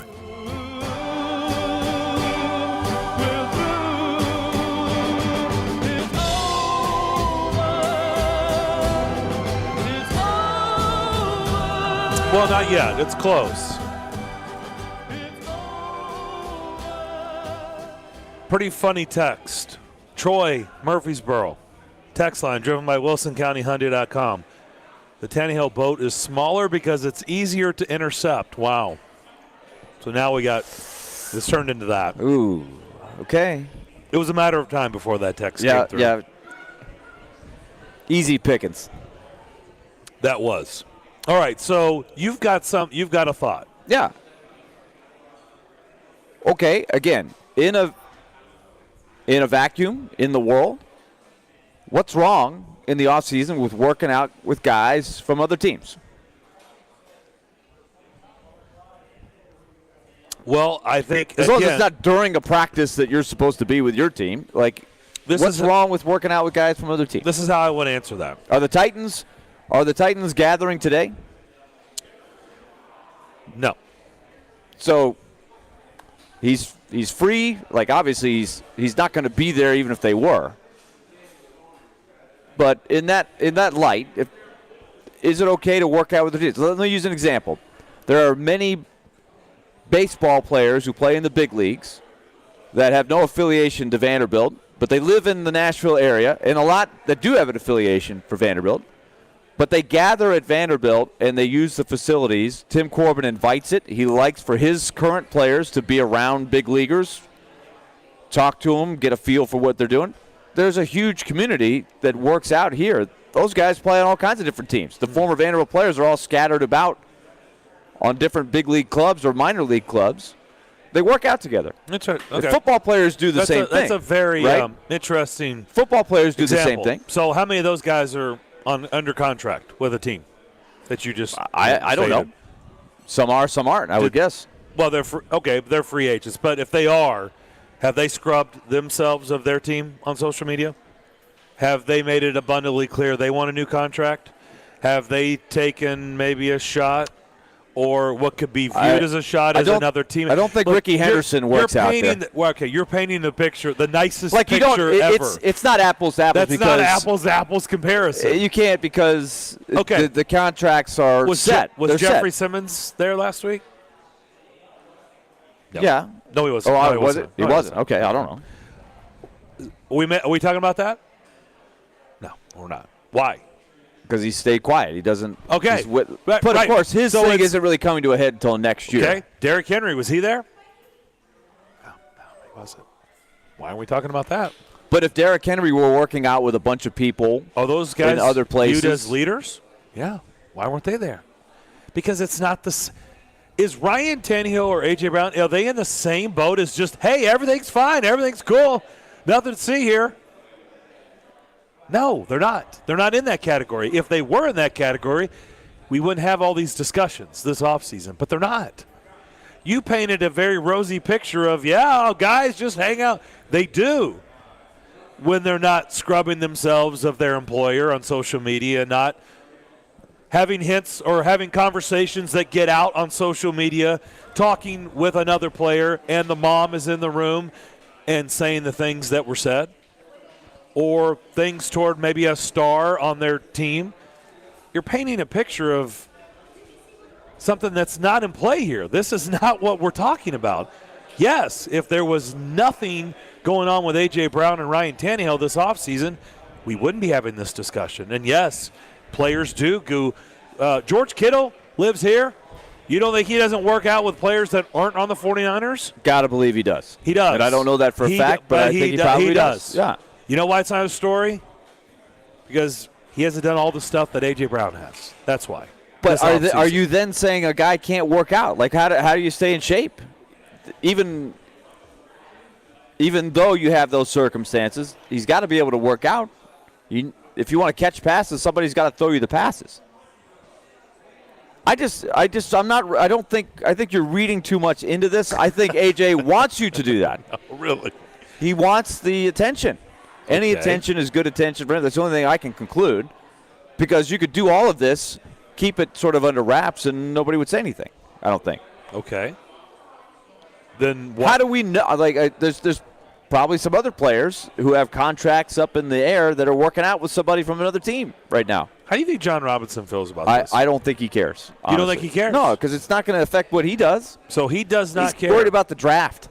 How do you think Mike Vrabel feels? I don't think he cares. So you don't think either one of them care? Yeah, we've been through this before. Mike Vrabel's seen it all, man. He's seen all kinds of holdouts and divas and everything in between. And also, Mike Vrabel talks a lot about certain guys in the room. So does John Robinson. Sure. Do you think this is fitting kind of the mold that they love to put out there of this is what we're looking for? I think they know the real A.J. Brown. They've been around him for 3 years. Both of them have. They both have seen him from the very, very start. So they know him. So you think this has got the ending is happily ever after? Yes. I think so, yeah.